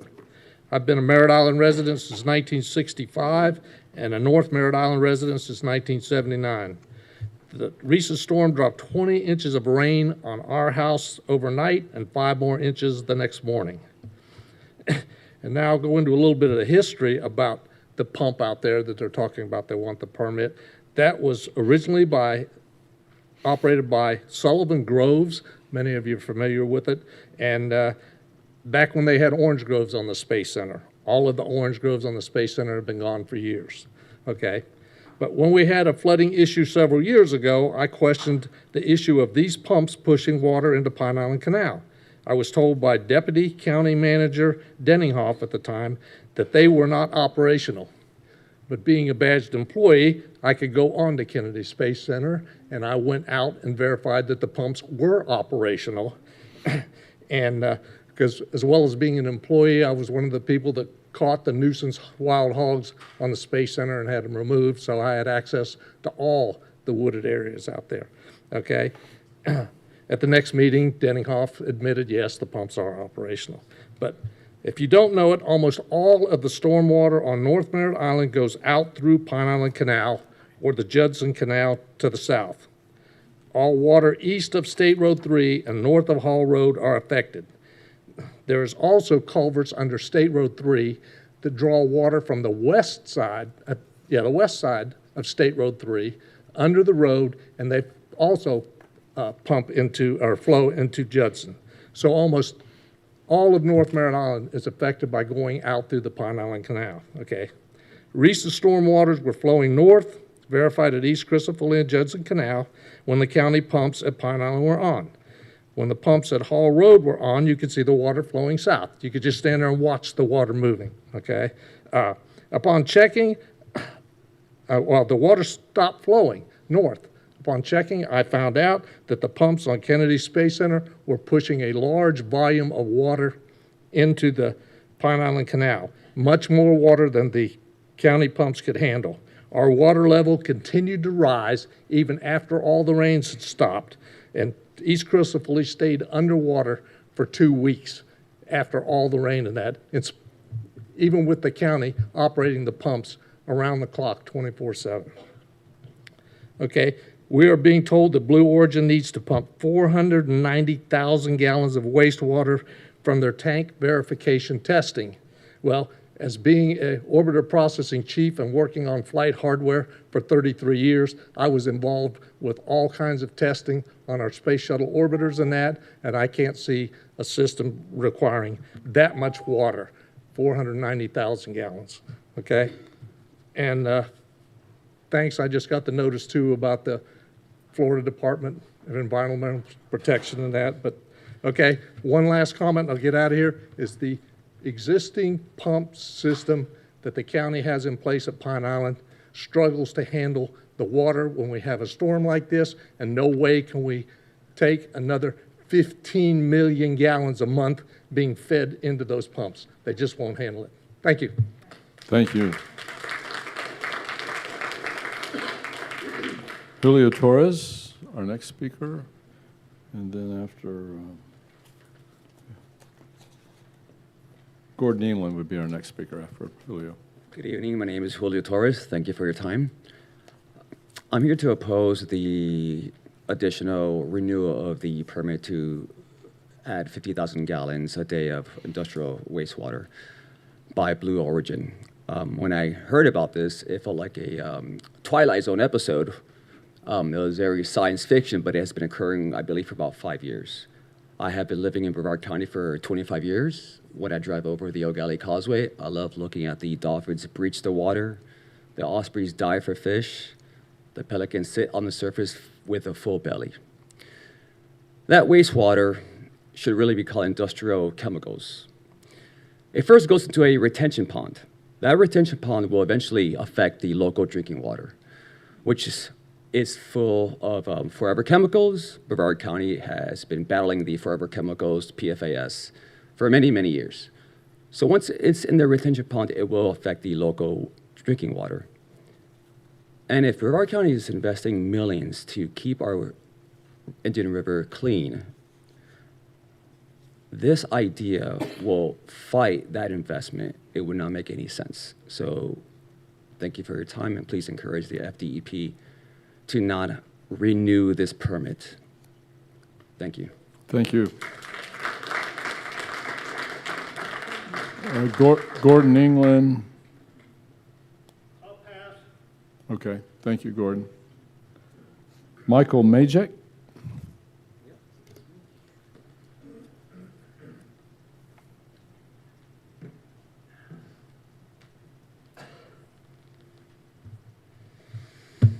Good evening, Honorable Chair, Commission.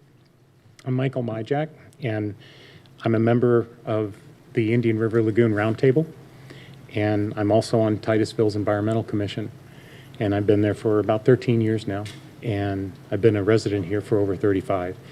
I came here to work in the Space Center, originally working in NASA Life Sciences when that was still a thing, eventually moving on, as many of us do. But I want to talk to you about water, and I know, I'll just say it out front, I would like for you to ask them to deny the permit. That's right off the bat. But here's a couple of simple facts. A river management district recently posted that by 2040, we're going to be 96 million gallons a day short. Here's a half a day right here. That's almost 5%. I mean, it's a significant chunk of what we need. And I have to ask, you know, what's it for? And the answer that we've gotten is that it has to do with wash water, washing rockets, cleaning them up so they can be reused. Well, if I want to go wash my vehicle, the place that washes it has to filter the water and clean it and reuse it. They don't get to simply dump it into the local waterway. Amen. If I have a boat in a marina and I want to wash it, I can't do it in the water. I have to manage the wash water and the cleanup. If I have an aircraft hangar, an aircraft that I want to wash, same thing. It's regulated. Why does a vehicle that goes up vertically operate any differently than one that goes horizontally? Whether on water or on a train or a plane or a car. This is our water. This is our environment that we're talking about saving. I talked to you last January about how we need a spaceport authority, like we have a port authority for the cruise line. This is a whole new industry. It's untaxed, it's unregulated, it's unmanaged. As we just saw, Blue Origin just bypassed Space Florida. They bypassed NASA. They just simply went right to Florida DEP for a permit. So where are you? You represent us. This is our water, it's our environment, and nobody is looking at creating a cohesive answer for how to grow this place forward. If you don't stand up for a spaceport authority, I don't know who will. This is just the beginning. Thank you.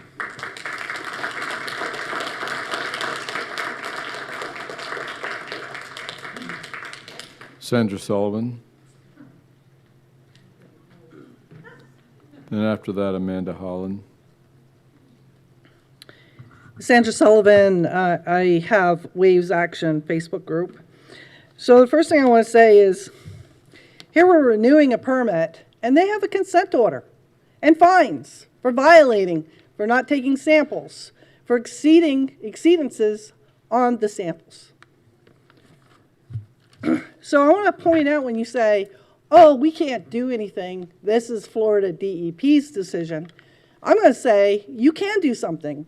Because under your Soil Ordinance 2016-15, it says, to ensure compliance with the Indian River Lagoon Act, which is state, which complies with the NEP, which is federal, and to reduce, eliminate, and where possible, industrial and domestic wastewater discharges to the Indian River Lagoon. And the second one is to ensure compliance with the Indian River Lagoon Act, Chapter 90-262, also known as the Indian River Lagoon Act, reduce or eliminate industrial discharges to the Indian River Lagoon. You have now, you can take action on this. Because you can go talk to your state legislators, you can go talk to our federal congressmen, and you can say, we're bound by this. We're talking 500,000 gallons a day. It's not just them that's in exceedances. It's also SpaceX is in violation, has consent orders for violating and having exceedances. And then they have the commerce area, and they have an environmental report with that. And they're saying stormwater management and for planning, performing dewatering or other intrusive work may affect contaminated media. They're talking PFAS, forever chemical. They say in here, additionally, the design stormwater management features may require evaluating the potential for increased contaminant loading into the lagoonal systems. Do you know that under the CCMP, which is the lagoon plan for the NEP approved by the EPA, which is over DEP, that we are required in our lagoon plan to have pollution, which we don't, even though, you know, all this PFAS that's been discharged at the Cape and Patrick is laden. We have all this PFAS and it binds to the organic material. I want to just say this. Here is what you can do.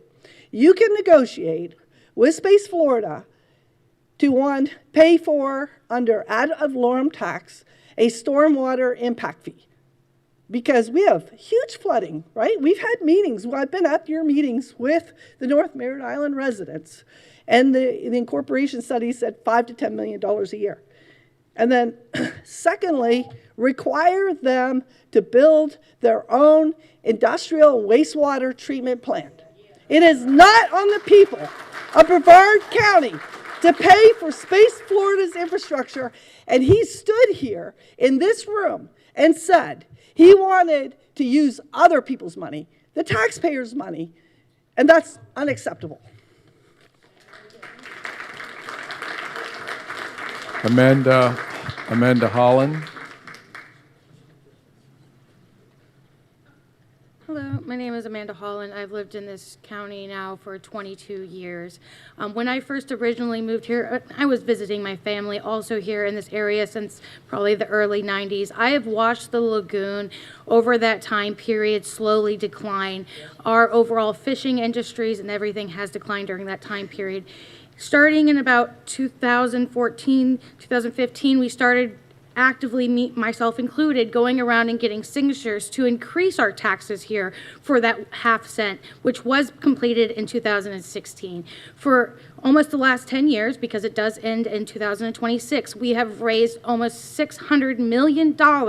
Over 400 projects have been initiated in this county to save our lagoon. We have animals dying left and right, and these pollutions that are going into our water every single day. There is a reason why we have seen an increase in our blooms of our algae, and our overall animals dying. It is because of these PFAS, because of all of the nitrogen and everything else that is being funneled into our lagoon. We need to take back our area and fix this. Put in restrictions against all of the people who are using the Cape, not just Blue Origin, but also SpaceX and the rest of them, because it's not just one, it will be the rest. Once you let one person in, the whole entire gate's open. And we have spent millions of dollars to fix this, 10 years almost, in order to make our coastal system, 40% of the east coast of Florida is the lagoon. And that is where majority of our tourism has came for years, not to mention all of us here who enjoy the lagoon, who enjoy going out on our boats and our crafts. We can't even eat the fish out of our water anymore because of this. And those PFAS will never disappear. This is a problem that they have created that they need to fix, not us. And we need to stop them from any kind of permits because, again, they did not go to the proper overall channels. Instead, they bypassed all of us and went to the DEP. It is up to Brevard County to put their foot down because just like she said, we do have an act in this area that prevents them from polluting in our waters. And instead, we are turning a blind eye and allowing them to pollute because if I remember properly, this has been going on for 6 months or longer now at this point, and it needs to stop. Again, we have seen larger algae blooms throughout the entire summer, and it will only get worse. There will be massive die-offs, and when that happens, there will be no coming back for our overall lagoon. And we have dredged 1.3 million overall phosphates and things out of our river to improve that. And when one fell swoop, we are erasing all of that hard work, all of that money that we have poured into this county, into this lagoon. And I thank you very much. Have a good one.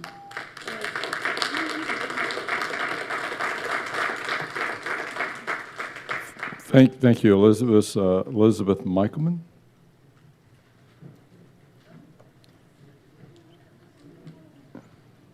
And Stell Bailey. Yeah, it's an I. Okay, Bailey. The next speaker. Hi, how are you? I'm Liz Michaelman. I live on Merritt Island. I stopped coming to meetings because I didn't like the blank looks I'd always get. Just like, am I speaking a different language? I'm here today. I had a great speech, but I'm going to cut to the chase. Are we here today because we're looking for you to get on our side so we can have a public meeting to discuss this further? If you are not the powers that be, we need to speak to those powers. Now, the thing that's really interesting, on your agenda today, on the calendar, you have 3 documents that were attached. Are you aware that one of those documents is from 2022? And we're talking about a renewal. Did you know that when this was first approved, it was for 3,000 gallons? There's a big difference between 3,000 and 500,000. So how is this a renewal? So there's so many questions, and everybody here is really concerned, as should we all, because I'm not voting for ½ cent again, not doing that. No way. You're ruining the value of my home. You are ruining my quality of life. And I wish that, just tell us the fact, will you support us having a public meeting, and will we have that public meeting? That's what I really want to know. You're going to hear that answer real soon, as soon as we get through all these cards. So, but that's the essence of what we're doing. Right, Appreciate and you. you know what? I saw it, I read it, and I am concerned. And all these people, they can bring up the documents and they can give you the raw facts. How much you guys have given Blue Origin? How much have you given it since 2015? $66 million. Come on, this is Jeff Bezos. I am sick and tired of the billionaires playing the power game, and we are insignificant. They throw us aside because they don't care. They get rid of us. They'll go someplace else. So I'm fighting for my home, as should all of you. And don't look away. This is the truth. This is not hyperbole. Do your research. I sure do. I believe in fact-checking. Do you? Thank you.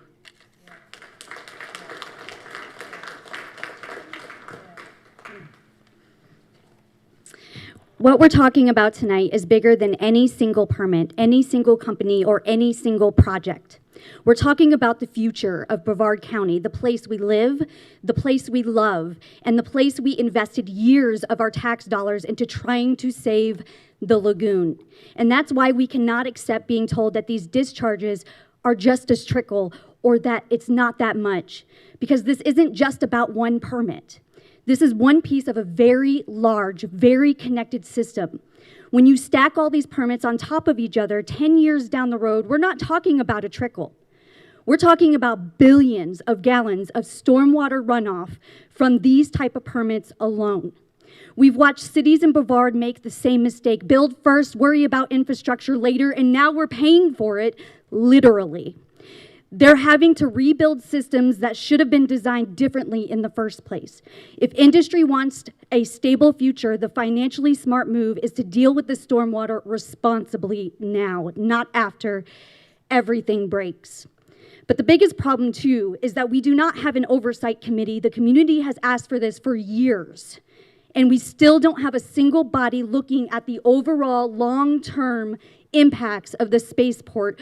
Only piecemeal approvals, one project at a time, as if each facility dumps into its own separate universe. Where is the leadership in Brevard's taxpayers, the same taxpayers who've paid to save the lagoon because we care enough to fix what's broken? There is a pathway forward. There absolutely is. Industry and community can coexist and thrive if the spaceport moves out of the 1950s playbook and into the modern age of stormwater management. They could be building reservoirs. They could be filtering and reusing water. They have thousands of acres in the wildlife refuge to create regional retention systems. They are brilliant engineers. So why are they being instructed to dump into the lagoon instead of being challenged to innovate? And mitigation, there aren't enough credits in the entire Indian River Lagoon Basin to cover all of the expansion, but those credits could be used creatively. Repairing dikes, installing wave devices, reopening roads in the refuge that have been closed for 15 years, strengthening the refuge, restoring habitat here, not sending our scrub jays over to Fort Myers, which they are doing, supporting Brevard's environmentally endangered lands program. Because what happens at the Space Center impacts us here in Brevard County, and mitigation should benefit us here in Brevard County. I'm not asking the industry to stop, I'm asking it to lead. To be good neighbors, to be responsible stewards of this land we share, to think bigger, plan smarter, and build a spaceport worthy of the future, not trapped in the past. Thank you.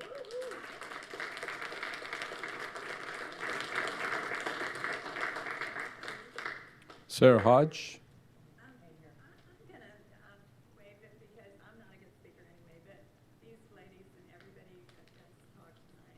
Okay, well, thank you. Okay, thank you, Sarah. Sarah Williams. And then after Sarah will be Laura Lee Thompson. Hello. Also in opposition to giving any kind of further permitting to Blue Origin.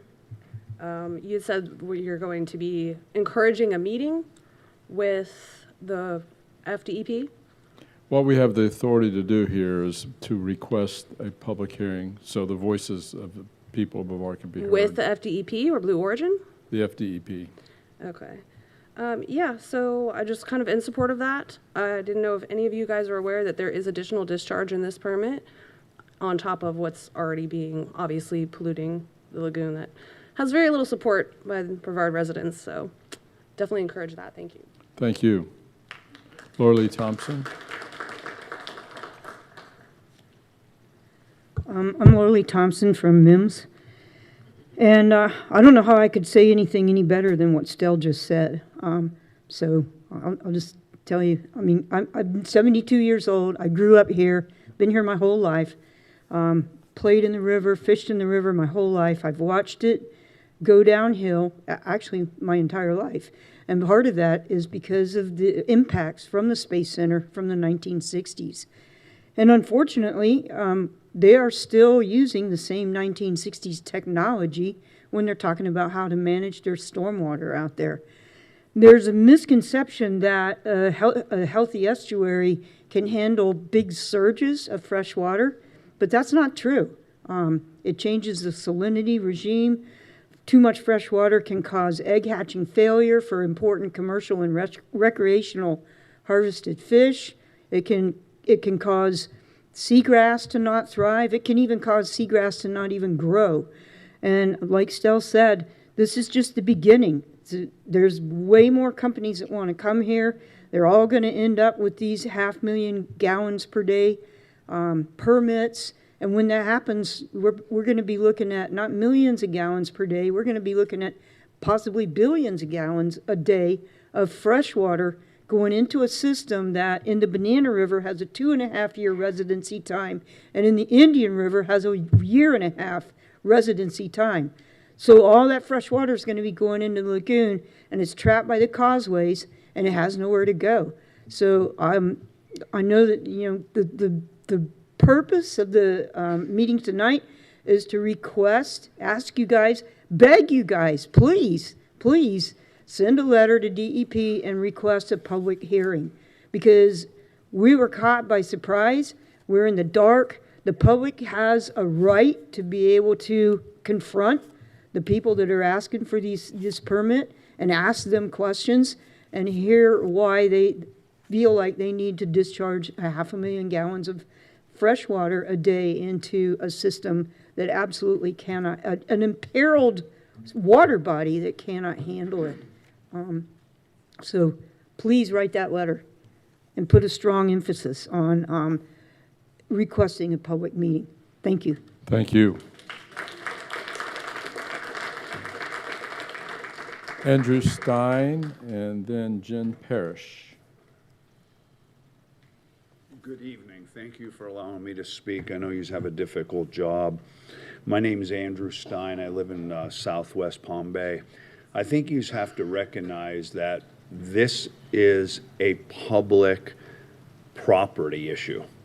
The lagoon is public property. We are founded on a country of property from John Locke. John Locke specifically said, public property is a resource held in the common good by society. This is who owns that. You don't own it, and neither does Blue Origin.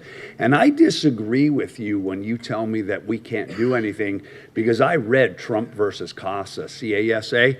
I behest the county attorney to file an injunction against Blue Origin if you all believe that this should stop, because this is an irreparable harm, as you heard here today, and this county attorney could file that injunction not only against the state of Florida Environmental Protection Agency, but also against the DEA. Why is it different in Trump versus CASA? It's a specific person. It's Blue Origin. It's not a universal injunction. If he doesn't want to file it, I'll file the injunction. I filed hundreds of them in my life. I've tried over 750 cases in my life. I'm retired right now, but I'll file it for the people of this county, because my daughter and I fish there about 2 or 3 times a week.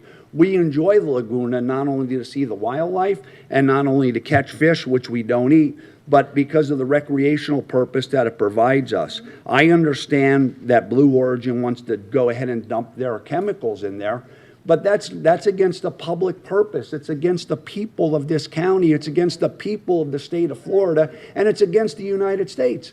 it is not only against us, I believe it's criminal. And if you're going to engage in criminal activity, then just tell us now and we could all just leave and we could start a whole different petition. Because quite honestly, the county attorney could file an injunction. Let him read Trump versus Casa. I've read it probably 3 times. And that's what I'm here for.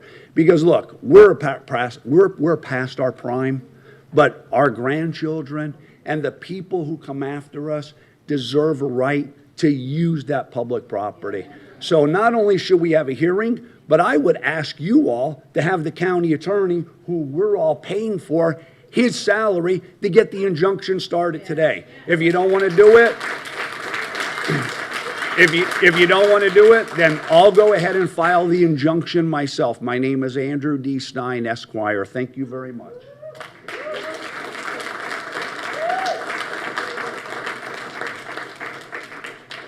Well, let's have our county attorney address that comment. I'm not an attorney, but I would assume you'd have to exhaust your administrative remedies before you got a ruling.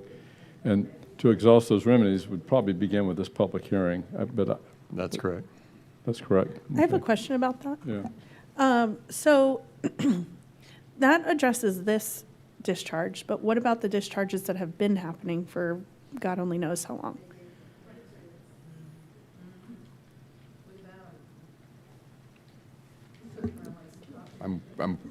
What about them? So what about all those discharges? Like, can we do anything about those, or stopping any future discharges of the fresh water into our lagoon? Is there anything we could do to stop this from happening? Well, even when it's when it's cleaned, well, let's some give of our it's You industrial, can't some answer of that it's, in generalities. We'd have to talk about specific ones, Yeah, and in a lot of areas, the state has preemption, so. I guess what I'm Well, we're asking not- is, what is our authority here? Well, I think let's have you an opportunity to get that information. Maybe put your question in writing, and you give the attorney time to research that. But we still have cards. So, but the bottom line is, this is a part of the process to do that. This is an administrative hearing that we hope we can get, and I think any court, having been around a lot of these things, would want to be sure that we've exhausted all administrative remedies prior to going to court, and this is part of that. So, Jen Parrish, and then Sharon McDonald.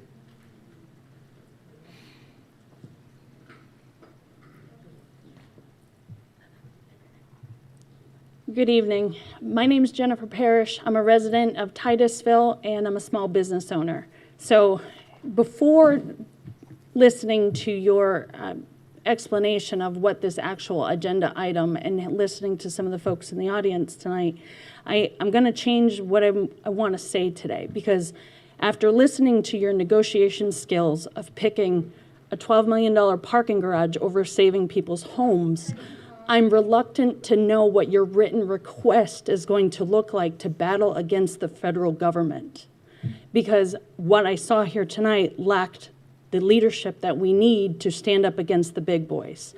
So I want to know, what is your strategic plan? We've heard some fantastic ideas and some really devastating facts, but you all, some of you, have been sitting on this dais for decades. And we are the collateral damage of this. The surtax is the collateral damage of failed leadership. We are tired. As business owners, why would I want to destroy something I want to keep? It just blows my mind that I would allow a big company to dump water into something where my employees live, thrive, and enjoy their lives. To not have a strategic plan is just mind-blowing. And to see that this is listed as new business when it's a renewal, just the deception of facts of how you present it to us is so unfortunate. It leaves me almost speechless. So I'm asking you tonight, have an open forum before you request the meeting to actually have direction from some of the subject matter experts that came up here with their time and took the time out of their research, and they've even worked in the industry, or they live in the muck that you make them deal with every day, because of your failed decisions year after year. And the next time you guys stand in front of a committee or ask a voter for your vote, think about what that written request is going to be, because it's not stopping. They're just getting started. And it's not fair that the simple solution is to throw more money at the situation when you're not doing anything to fix it. So let me get this straight. They are brilliant enough to send rocket after rocket up into the sky, but they can't figure out a better solution? Because they're too cheap. That's exactly right. It's cheaper to just dump it and let us continuously pay for it over and over again. So I'm asking you tonight, rather than push forward, make a motion to start the conversation with the folks that have to deal with it or pay for it for a strategic plan. Thank you.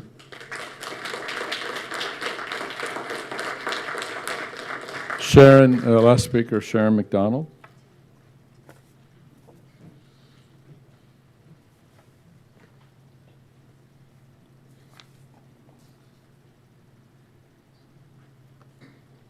Hello, I'm Sharon McDonald. I was very upset hearing about the Blue Origin and what's happening with the lagoon. I live directly on that waterway. When I bought about 4.5 years ago, the water clarity was way different. I've got pictures where you could see the grain of sand, you could see the blades on the grass growing underneath. I could see sheephead, fish out the yin-yang. We had dolphins gobbling them up all the time. Vast amounts of dolphins. I saw baby dolphins. What I've realized is that the waste that's been going in all this time, I thought was a leak or a sewage thing, but now I realize that this wastewater has been going on for the past 4 years. They've already had multiple violations. They've changed the pH in the water.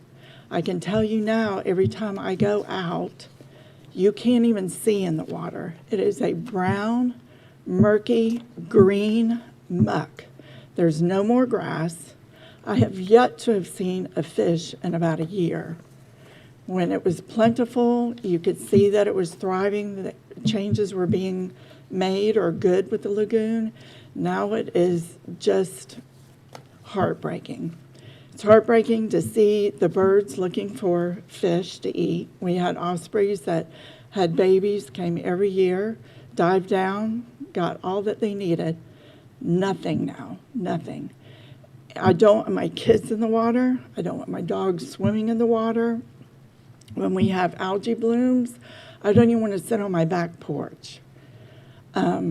It's devastating when you've invested in a home on the water for millions, and I'll probably never get that back if you guys continue to let them pollute our waters. I want to fight this. I want people to care. It is supposed to be a federally protected sanctuary. It is the only one that exists in the state of Florida. It's where they go to have their babies. You're stripping that. You're taking it away if you don't stand up for the lagoon. The lagoon doesn't flush. It is a stagnant body of water, and when they put the wastewater in it, it has nowhere to go. It's just going to kill everything that's underneath it. So I just hope that each and every one of you, whether you live on the water or not, that you just care. You care about the people that live there on Merritt Island. You care about the water. You care about your children. I don't want anybody getting sick. I mean, they've already talked about if you have a compromised immune system, you shouldn't be in it. So I just hope you guys care enough to take this to the EPA, make it happen. They have ways to treat all the water or find ways to do it and not dump it in the lagoon. Thank you. Thank you. Okay, that is our final card. Is there a discussion or a motion? Mr. Commissioner Chair. Feltner, yes. Thank you. I have two things that we might add as an amendment to this item, if you would. One, I think we should send copies of our request to the legislative delegation. So I think they should have that sent to them directly so they can see that.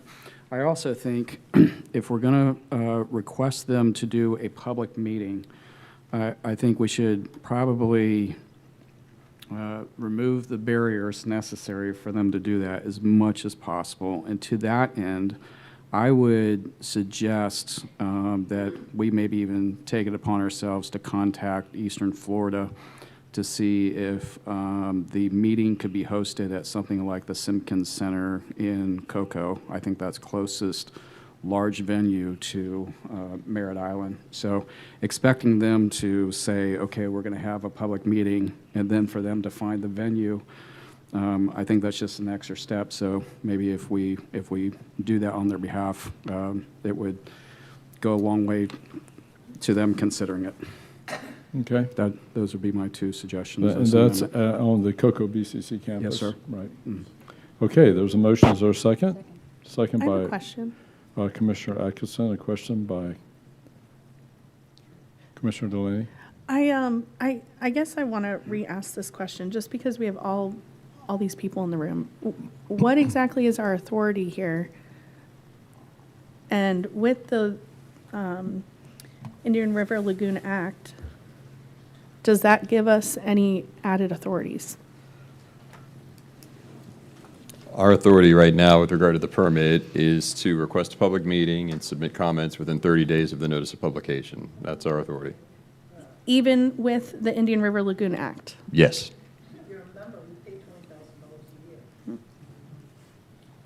And so since it's a protected national estuary,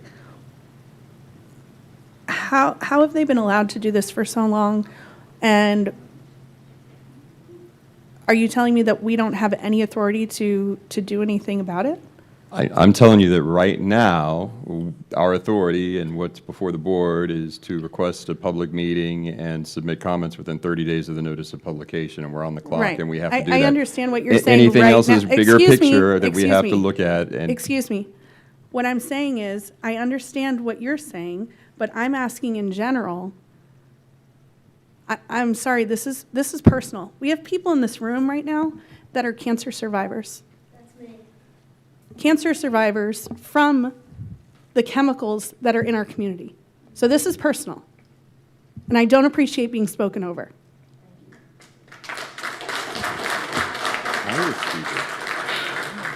You can laugh at me all you want, I don't think but anybody's this is, speaking. I'm he speaking. did speak I'm over the chair. me. He did speak Well, I'm over me. speaking over you now as chair. I think we need to have decorum and courtesy, and I heard that. He's trying to answer your question. He's not. I might make another point. We are not successful in achieving our ends by wasting our time. We have a process. The federal government has a process. And the process we are in right now, and I think that was the answer to your question, is the DEP has a public hearing. I think you're going to see this board, well, there's a motion. I think you're going to see overwhelmingly we're going to ask them to have this public hearing. They could deny our request. So, but this is what we need to do now. And I think we'd be misleading the public if we were to say there was something else that we could do. What we have now is the ability to ask for it. I do have a question related to that, Commissioner Feltner and the staff. Are we asking staff to comment in the public hearing? Because I think they would need our approval to do so if we were. In order. Hold on. With the meeting that we're requesting of DEP. Right. Of course, they would have to agree to a public hearing before we ask Right. staff to comment. Yes, So it would take one step at a time. I think so. Okay. And that's why I wanted to send copies to the legislative delegation and suggest the center. I'll say something real quick, just since I have the Governor, too. Oh, okay, I would amend that to send to the governor's office, okay? Very good.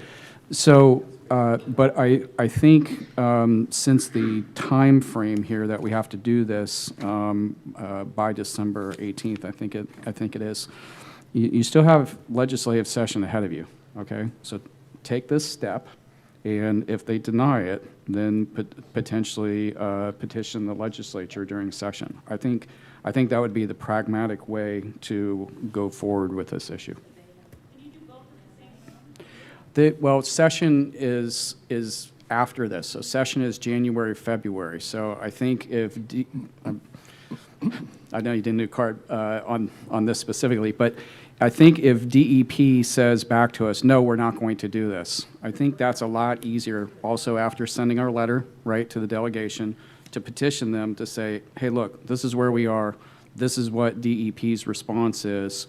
We have a potential legislative fix, or we'd like to see this, or we'd like you to take that action. I think you just take those steps would be the proper way to do it. So tonight, let's send the letter and suggest the meeting and the venue, and send copies to the delegation and Commissioner Goodson's friendly amendment to the governor. What exactly is this letter going to say?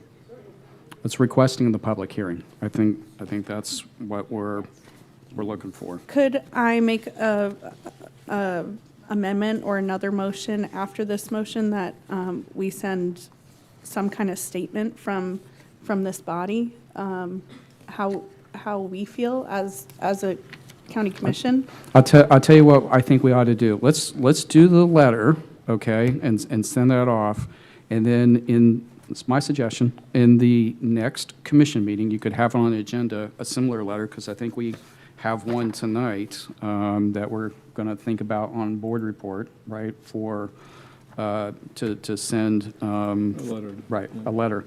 So I think that would give you time to draft a letter for the rest of the board to see it, and then we could consider that at the next commission meeting. I think it's, Well, I think that's a good idea. I don't. Okay, Well, sure. I don't think. No, I don't. I don't have anything in front of us. I mean, in No, that's fine. fairness, I just. Jim, I No, see that's you fine. waving your I don't hand mind. over there. Yeah, thanks, Mr. Chair. Virginia, because there's a little bit of a format in the letter, so Virginia can highlight some of the subjects we put in Okay, the letter. that's great. The state requirements in order to request, consider in making a decision about whether to hold that meeting, and identify rules or statutes that require reversal or modification of the department's action or proposed action. So in your packet were the comments that were submitted in 2002 to Blue Origin when they submitted. So we would, I think at a minimum, we would need to identify sort of those same facts of why DEP should hold a public meeting. Okay. Stop me if I'm wrong, Virginia. And then also in the package is a letter from 2022, and we asked for a similar public hearing for, I think, was this SpaceX? Yes, SpaceX. And it talks about the impact of the lagoon, so we'd have similar, different situations, similar format, similar language into it, so. I'll tell you what, Mr. Chair? Yes. Sir? I would split something here with Commissioner Delaney. I don't see any reason why we couldn't send the public comments from this meeting and just say, here are the comments that we received at our meeting, along with it. That's a good And idea. they've already done that on the record. I think it'd take the staff, it'd take a little time to type it up, but I think we could probably get that done. Yeah, Is I didn't that- want to steal thunder from the clerk, but I was going to ask. Okay. That's a Yeah, great so, idea. Yeah. Would you be amenable to that? Sure. Okay. I'll also write something up too, and, we could even assemble. You can still you know. continue to add things. I Right, mean, for exactly. sure. We got a clock here, and we want to make sure that we're timely. Right. So I think, so shall I restate that, sir? Or just? No, we're I gonna- think we got it. we're I good? think Jim All right. is Okay. waving us down. No, Jim. I got to learn to use the buttons. I'm sorry, Mr. Chair. I'm sorry for, I just suggest you as commissioners can also send individual requests on your own, too. And anyone in the audience And- also, everyone here can Thank submit you. written comments and their directions on doing that in the notice that's attached to the agenda item for tonight's meeting. So anyone in this can also send individual written comments to DEP. You just have to do it before December 8th. The address is available online? In the agenda packet for this item, it's the first attachment. I think it's the first attachment. Yes. The first attachment to this item is a published notice, and it has the address, the place you send it to, and it tells you about the format you have to put it in because there's certain there's certain information you have to provide to them when you make your comment. But you can do that individually. Everyone in this room can do that. Okay, great. That's good input. Okay, any other discussion on the motion? Oh, I'm not on the motion. I have questions. Okay, what question? All right, questions. For,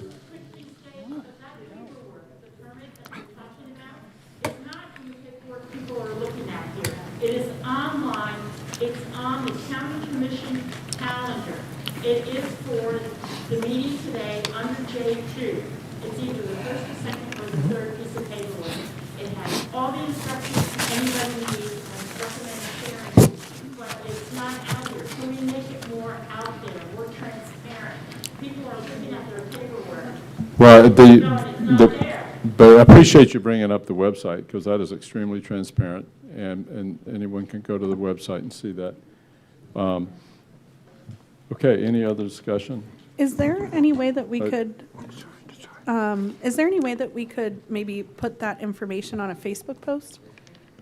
That would make it really accessible for people, and they wouldn't have to go through the website. Or if the board gives us direction, then we can do that. Okay, I'll tell you what, we'll include in the amendment that we take the notice that's right here on the other side, and we're just going to put that on the county's Facebook page. Just that notice as it is here.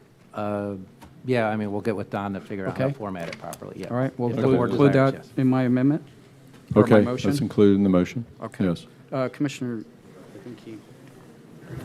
Commissioner Goodson? thank you. The only other way, I guess, they could get rid of this stuff is deep well injection, correct? Correct? Or treatment and recycling. Okay, recycling, okay, or, I'm going to ask the audience, we've given, gosh, an hour of public input. We're now deliberating here, but not to shout out from that. It disrupts what we're trying, our communication, what we're trying to do. If I Thank you, can Chair. Appreciate that. Thank you. okay. Okay, either reuse or deep well injection, correct? All right.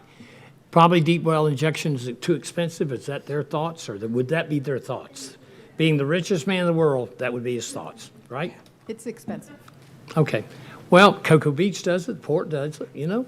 Brevard County does it. Yeah, it's okay. So now, the other issue I would just like to know, not that I would agree with this extension of this permit. I don't like it because we're being taxed to clean it up and they're polluting it. So therefore, I'm against all this. My question to you is this. How often do you, Brevard County, check your outflow on Pine Island Road as far as improprieties or sewage? How often do you check that? We don't do regular testing. So you, okay, we now. test, we look at the volumes, right? We watch the volumes because of the flooding issue, but we don't test the water quality on a regular basis. Okay, do they test the water quality? They test the water quality at the effluent, at the end of the pipe. The that outflow their- pipe into their the lake. Outflow pipe into the stormwater. What pipe. if it's bad? They cut it off? And what do they put that on pizza or something, or what? No, they submit a report to DEP stating what the values were. But they still pump it into the lake and then it overflows into the lagoon. Yes. Fantastic. I think they're doing a wonderful job. Okay, thank you. All right. All right, any, Commissioner Delaney? Morris, could you get for us more information about these laws, the Indian River Lagoon Act, the all the stuff about the National Estuary, what we're supposed to be, you know, what those acts are supposed to be protecting, what authorities are put into those laws, what we need a briefing on this because there's got to be something we can do to stop the pollution in our community. So I'm just asking to look into these laws and see if there is anything, you know, that we could be doing that we're not.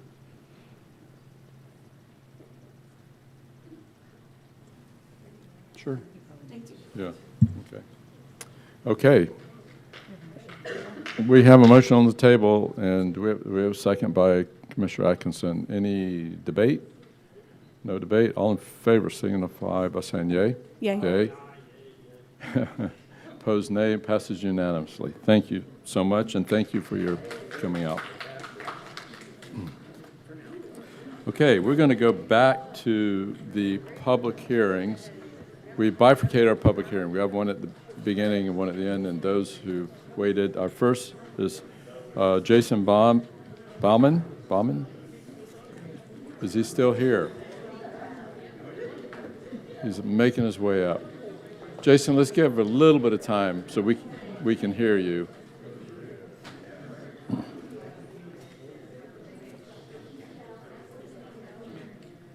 And our next speaker after Jason is Nancy Albritton.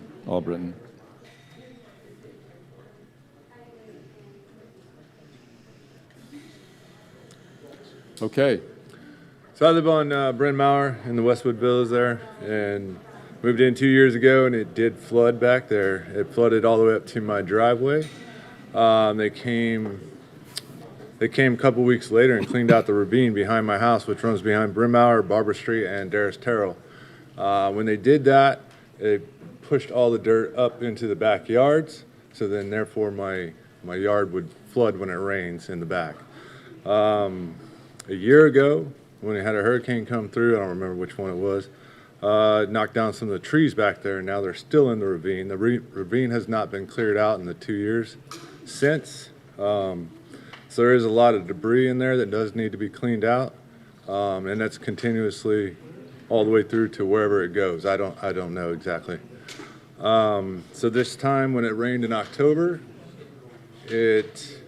my house took on a little bit of water. I said a little. Dale Berry was here. He spoke earlier. He's my neighbor. He took on 18 inches. I had just a little bit in my house, but my shed is downhill. It's more of a carport kind of shed in the backyard. I had 20 inches in there. My car was parked in there while I was out of town for a couple months. I actually flew back to take care of it. I had 6 inches of water in the car above the floorboards, and had to take that apart. Had to clean all that up. My pressure washer, lawnmower, all that was completely submerged underwater. So yes, this is an ongoing problem. Westwood Street looks like it's from up north, where it's just full of potholes. And at the corner of Bryn Mawr and Westwood, and also at the corner of Kirby and Bryn Mawr, it's constantly wet. And as it rained in 2 weeks, you can drive there and see the water constantly flowing out of the yards and into the street. But yes, the potholes and all the patchwork that's been done, it's just bad. And mainly one of the things we need is the ravines cleaned out. Thank you. Okay, thank you. And Nancy Albritton. Hi there. I'm Nancy Albritton, and I want to talk to you about roads and bridges. Roads and Bridges came by today to check to see if they were there to clean, to get the evac truck to vacuum out the ditch. Well, come to find out, Roads and Bridges only has 17 people to maintain all the way from the Brevard County line all the way down here. They have equated equipment that when it breaks, somebody from down here, Riera, has to go all the way to Titusville to fix their equipment. What happened is they're having a hard time cleaning this ditch out because when the machine goes down the ditch, it has a bucket. When they go to dump the bucket, they dump it in people's yards instead of in a truck or something that they can put it in. So everybody flooded out. Roads and Bridges narrowed the ditch when they redid the ditch, I think it was 5 or 7 years ago, because they put a new culvert in on Kirby Drive. They also put one from the lady Brianna Robinson's property that overflowed her pond. They put it in the lady that spoke, Diane, in her backyard. The day of the rain, the neighbor that lived there, clean that drain out. Yes, the water came fast and furious, but they couldn't, all the debris, everything, the drains couldn't handle it.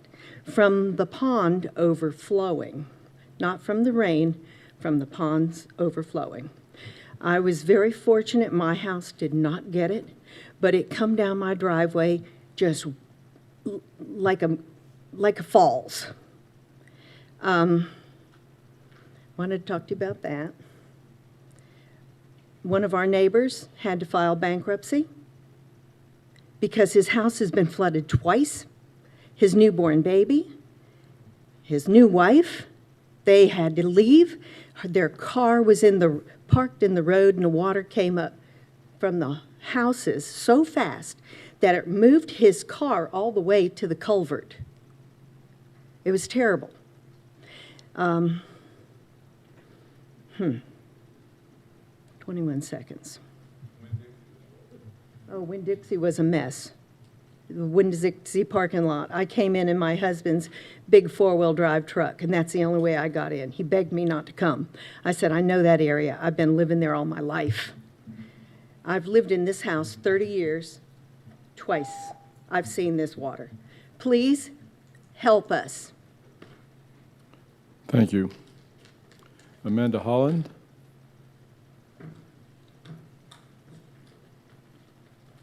I'll be quick. I just wanted to comment about Turkey Creek and the overall preserves that we have.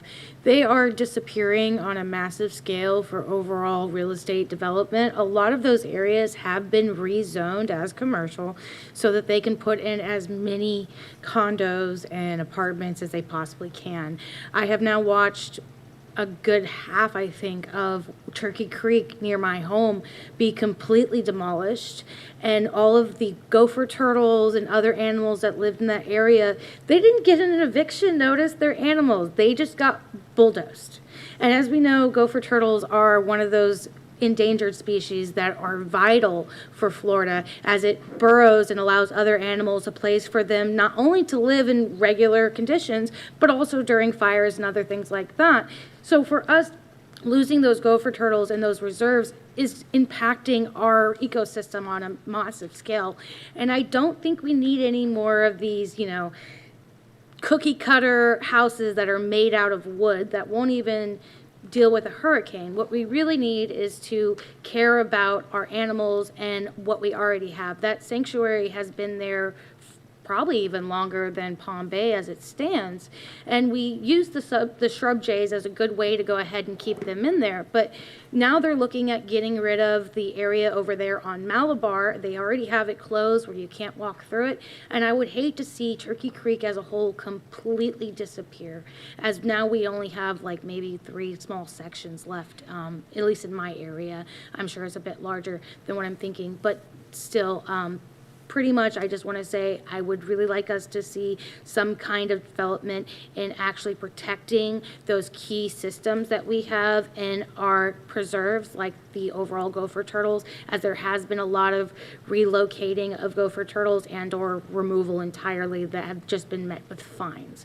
I think it would be better if we actually put in maybe more restrictions against these corporations where they cannot build in these areas where these gopher turtles live, because those sanctuaries are vital and we have very small pieces of them left. I've watched at least 3 of them be bulldozed in just the last 5 years. And it's very sad to me. And it has changed not only the way that we incur during hurricanes, because the hurricanes now, when they come through, they no longer have that protection of that forestry that was cutting down the winds and the overall tornadoes and everything that we're getting. And ever since then, we have gotten more tornadoes, more devastating wind forces that have came from those hurricanes due to the fact that we have lost this infrastructure of our sanctuaries. And I just wanted to go ahead and bring that up. Thank you, guys. Thank you. We did make the acquisition for the Turkey Creek Sanctuary using environmental lands money. This year in our budget, we increased bonding capacity for environmental lands, and we will have some debate about whether to extend that program and the type of things you want to protect. That money can be used. So hopefully we can get your support then too. Appreciate what you said. Okay, that is our meeting. We will move on to board reports. County Manager? No board report, Mr. Chair. County Attorney? No report, Mr. Chair. District 1? Yes. So I just wanted to put out there for everybody who's watching, just a reminder that January 1st is when the Speak Up Brevard program opens up. So we have about a month for everybody to get their ideas together and get those things ready to submit. And I'm really excited about this program, and hopefully we can have another workshop this year if we can get some board support to do that. Also, I just wanted to comment about something. Earlier, there was some people who talked about having a public workshop to get input from the public about how do we move forward with the space industry. And like many people said, we don't want the space industry to go anywhere, but we just want them to be good neighbors. And so I guess I feel like we need to get public input about how they want us to move forward with that discussion. And so I'm proposing that. I'm proposing that we have a workshop to get public input into that discussion. And I don't know if there's any support for that.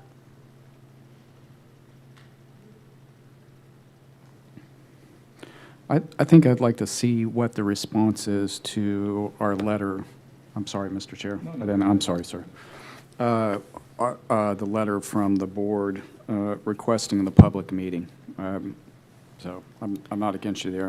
I want to see how this plays out. Okay. Yeah, because I'm just thinking that, that meeting has to do with this issue, but there's so many things that are going on. I mean, the wastewater treatment plant discussion has kind of dissipated. I had a conversation with Space Florida, and they filled me in on some dynamics that they have to deal with out on the Space Center and dealing with all the entities. And I really think that it's past time that we figure out how to get Brevard County commissioners in a round table with the space industry so that, there's more cohesiveness, and that we can, get on the same page for the future, because like so many people said, they're operating in the 1950s, with their infrastructure and some of the practices that are going on. And so it's, that's just not going to work anymore. We have too many people here now.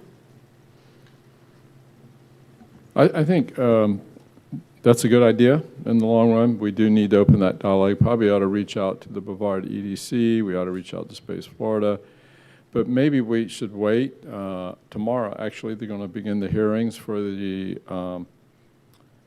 confirmation of the new NASA administrator. So we don't even have an administrator to talk with, but let's look at that as we go on down the line and maybe give the chance the board to maybe give some additional input. But I think it does have merit. It's a big issue. It's huge. And it's very important, to our area, to our country, to our society. So, I think we should move forward, but let's give it a little bit of time. I'm done with my report. Okay. Thank you. Okay, District 2? None other than the college football coaches are making millions of dollars. God bless them. Haven't won a game yet. But nope, I have no reports. Well spoken as an FSU fan. I feel your pain, Commissioner. District 3? No report. District 4? I'll say something quickly, Mr. Chairman. Today, I went to a funeral in Indian River County, celebrating the life of Sergeant Terry Sweeting Mashkow, 25-year deputy who was shot over an eviction issue, along with a locksmith who was 76 years old, also shot. And another deputy Arisby, I think, let's say his name correct, but he's also a 25-year deputy. He was shot in the shoulder as he defended his partner and the locksmith. In attendance today, the governor was there, the lieutenant governor, CFO Blaise Angolia. There was about 3,500 people at a hangar in Vero Beach. It was a very moving tribute. Members of our law enforcement were there, and also fire rescue participated in the honor guard. And so it was a very moving experience. And she was the second deputy in their 100-year history to be killed in the line of duty. So, and as the sheriff said, of course, that's too many. But it was really, I think, it was well done, and I know it was a very difficult thing for them down there. So our hearts go out to everyone in Indian River County and certainly to their family. Thank you, Mr. Chair. Well, thank you for bringing that up, and thank you for attending. Okay, that leaves my report. I do have a letter that we've handed out. It's a letter that the TPO has requested that the county send to Secretary Duffy, the Secretary of Transportation, in support of the application submitted by the City of Cocoa and Space Coast Transportation Planning Authority for the intercity passenger rail program project. And I just wanted to make sure the board knew that we were going to send that letter and get their approval. Do you need a motion, sir, in a second? Yes, that'd be great. For the board, I'll make the motion for you. A motion and a second. Is there any discussion? All in favor signify by saying yea. Aye. Yea. Motion passes. And we are, final item, I'll pass this out. We, at the time, as the new chair, looking to make some board appointments, and I've got a list of the board appointments. First is the Central Florida Expressway Authority. District 1's represented is our representative there. That's a 2-year appointment. The Central Florida Regional Planning Council, I'd like to appoint District 3 as the alternate and myself as the member. The Economic Development Commission, I'd like to continue my role there, to appoint myself as a member. The Election Canvassing Board would be District 2, and then Daniel Stern would be the alternate. We're all members of the Florida Association of Counties rep, but we're not on the Florida Association, so that's sort of a mute issue. The Indian River Lagoon Council would be District 3, District 1 would be a alternate. Brevard Flagler Volusia Workforce Development Commission, that would be District 4. Public Safety Coordinating Council would be okay, I'm getting, yeah, the District 4. Public Safety Council would be District 4. Tourism Development Council would be District 4 as well. And then Affordable Housing Advisory Committee would be District 3. Transportation Planning, of course, is all of us, that's automatic. And the Value Adjustment Board would be the same, District 3 and District 5. Now, there's only 3 of these we have to vote on. The ones we have to vote on is Brevard Canvassing Board, the Affordable Housing Advisory Committee, and the Value Adjustment Board. I have a So question. entertain a motion on I have that. a question. Which I understand if, you want to keep it the way it is, but the Eastern Central Florida Regional Planning Council, I was serving on that last year, and, I just wanted to let you know that I'm willing to serve on that. I'm willing to continue to serve on that, and I just didn't know, with your schedules and Commissioner Atkinson's schedule, if that would work for you guys to serve on this board. I have no problem. I didn't miss one meeting. But I just wanted to put that out there. We definitely appreciate your service there, but looking forward to going back. I've served there before. And I think... Is Lee Constantine still on there? Yes, yeah, yes. Okay. All right, sir. Chairman? Yes. This is totally something different, but I wanted to bring it to the board's attention. I'd like for staff, the Value Adjustment Board just approved an 85-foot, Board of Adjustment, approved, an 85-foot sign on State Road, on 528, with no consideration to Myra or the board. I'd sure like to know if we can pull that and make them come back to us, because 85-foot wide sign is pretty damn big. Pretty big. To advertise their parking for cruise lines. So, Who did that? That wasn't the VAB that did that. No. It was The Board of Adjustment. Board the of Board of Adjustment. Yeah, Adjustment. Board of Adjustments. Okay. They issued a sign variance. Yeah, The and so, variance. do they have the rights to do that? They have the authority, but I've got an attorney in my office who works with Myra looking right now whether everything was done properly and Okay. in accordance with the code requirements. All right, thank you, sir. Yes, sir. On that point, don't they have to demonstrate a hardship? They do. That's one of 6 Yeah. different criteria they have to establish at the hearing before the Board of Adjustment. So found out about this yesterday, and we're looking at it now just to make sure that they met all the applicable criteria. Is it an existing, Mr. Chair? Yes, Is it go an ahead. existing sign? No.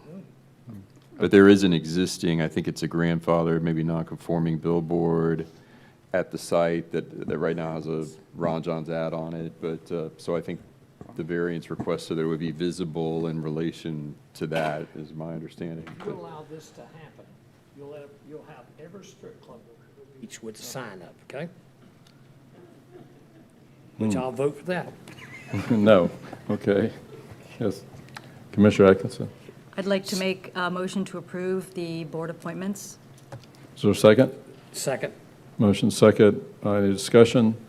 Nope. All in favor signify by saying yea. Yea. Aye. Yay. Opposed? Carries unanimous. Okay, I think that is our meeting. I appreciate the board's tolerance. Thank you. Okay, bye. The opinions expressed by any member of the public during any period of public comment do not necessarily reflect the views or opinions of the Board of County Commissioners of Brevard County, Florida, Space Coast Government Television, or the program sponsor, and are solely those of the presenter. The Board of County Commissioners of Brevard County, Florida, Space Coast Government Television, and the program sponsor hereby expressly disclaim any and all responsibility or liability for any defamatory or slanderous statements expressed by any member of the public during any such period.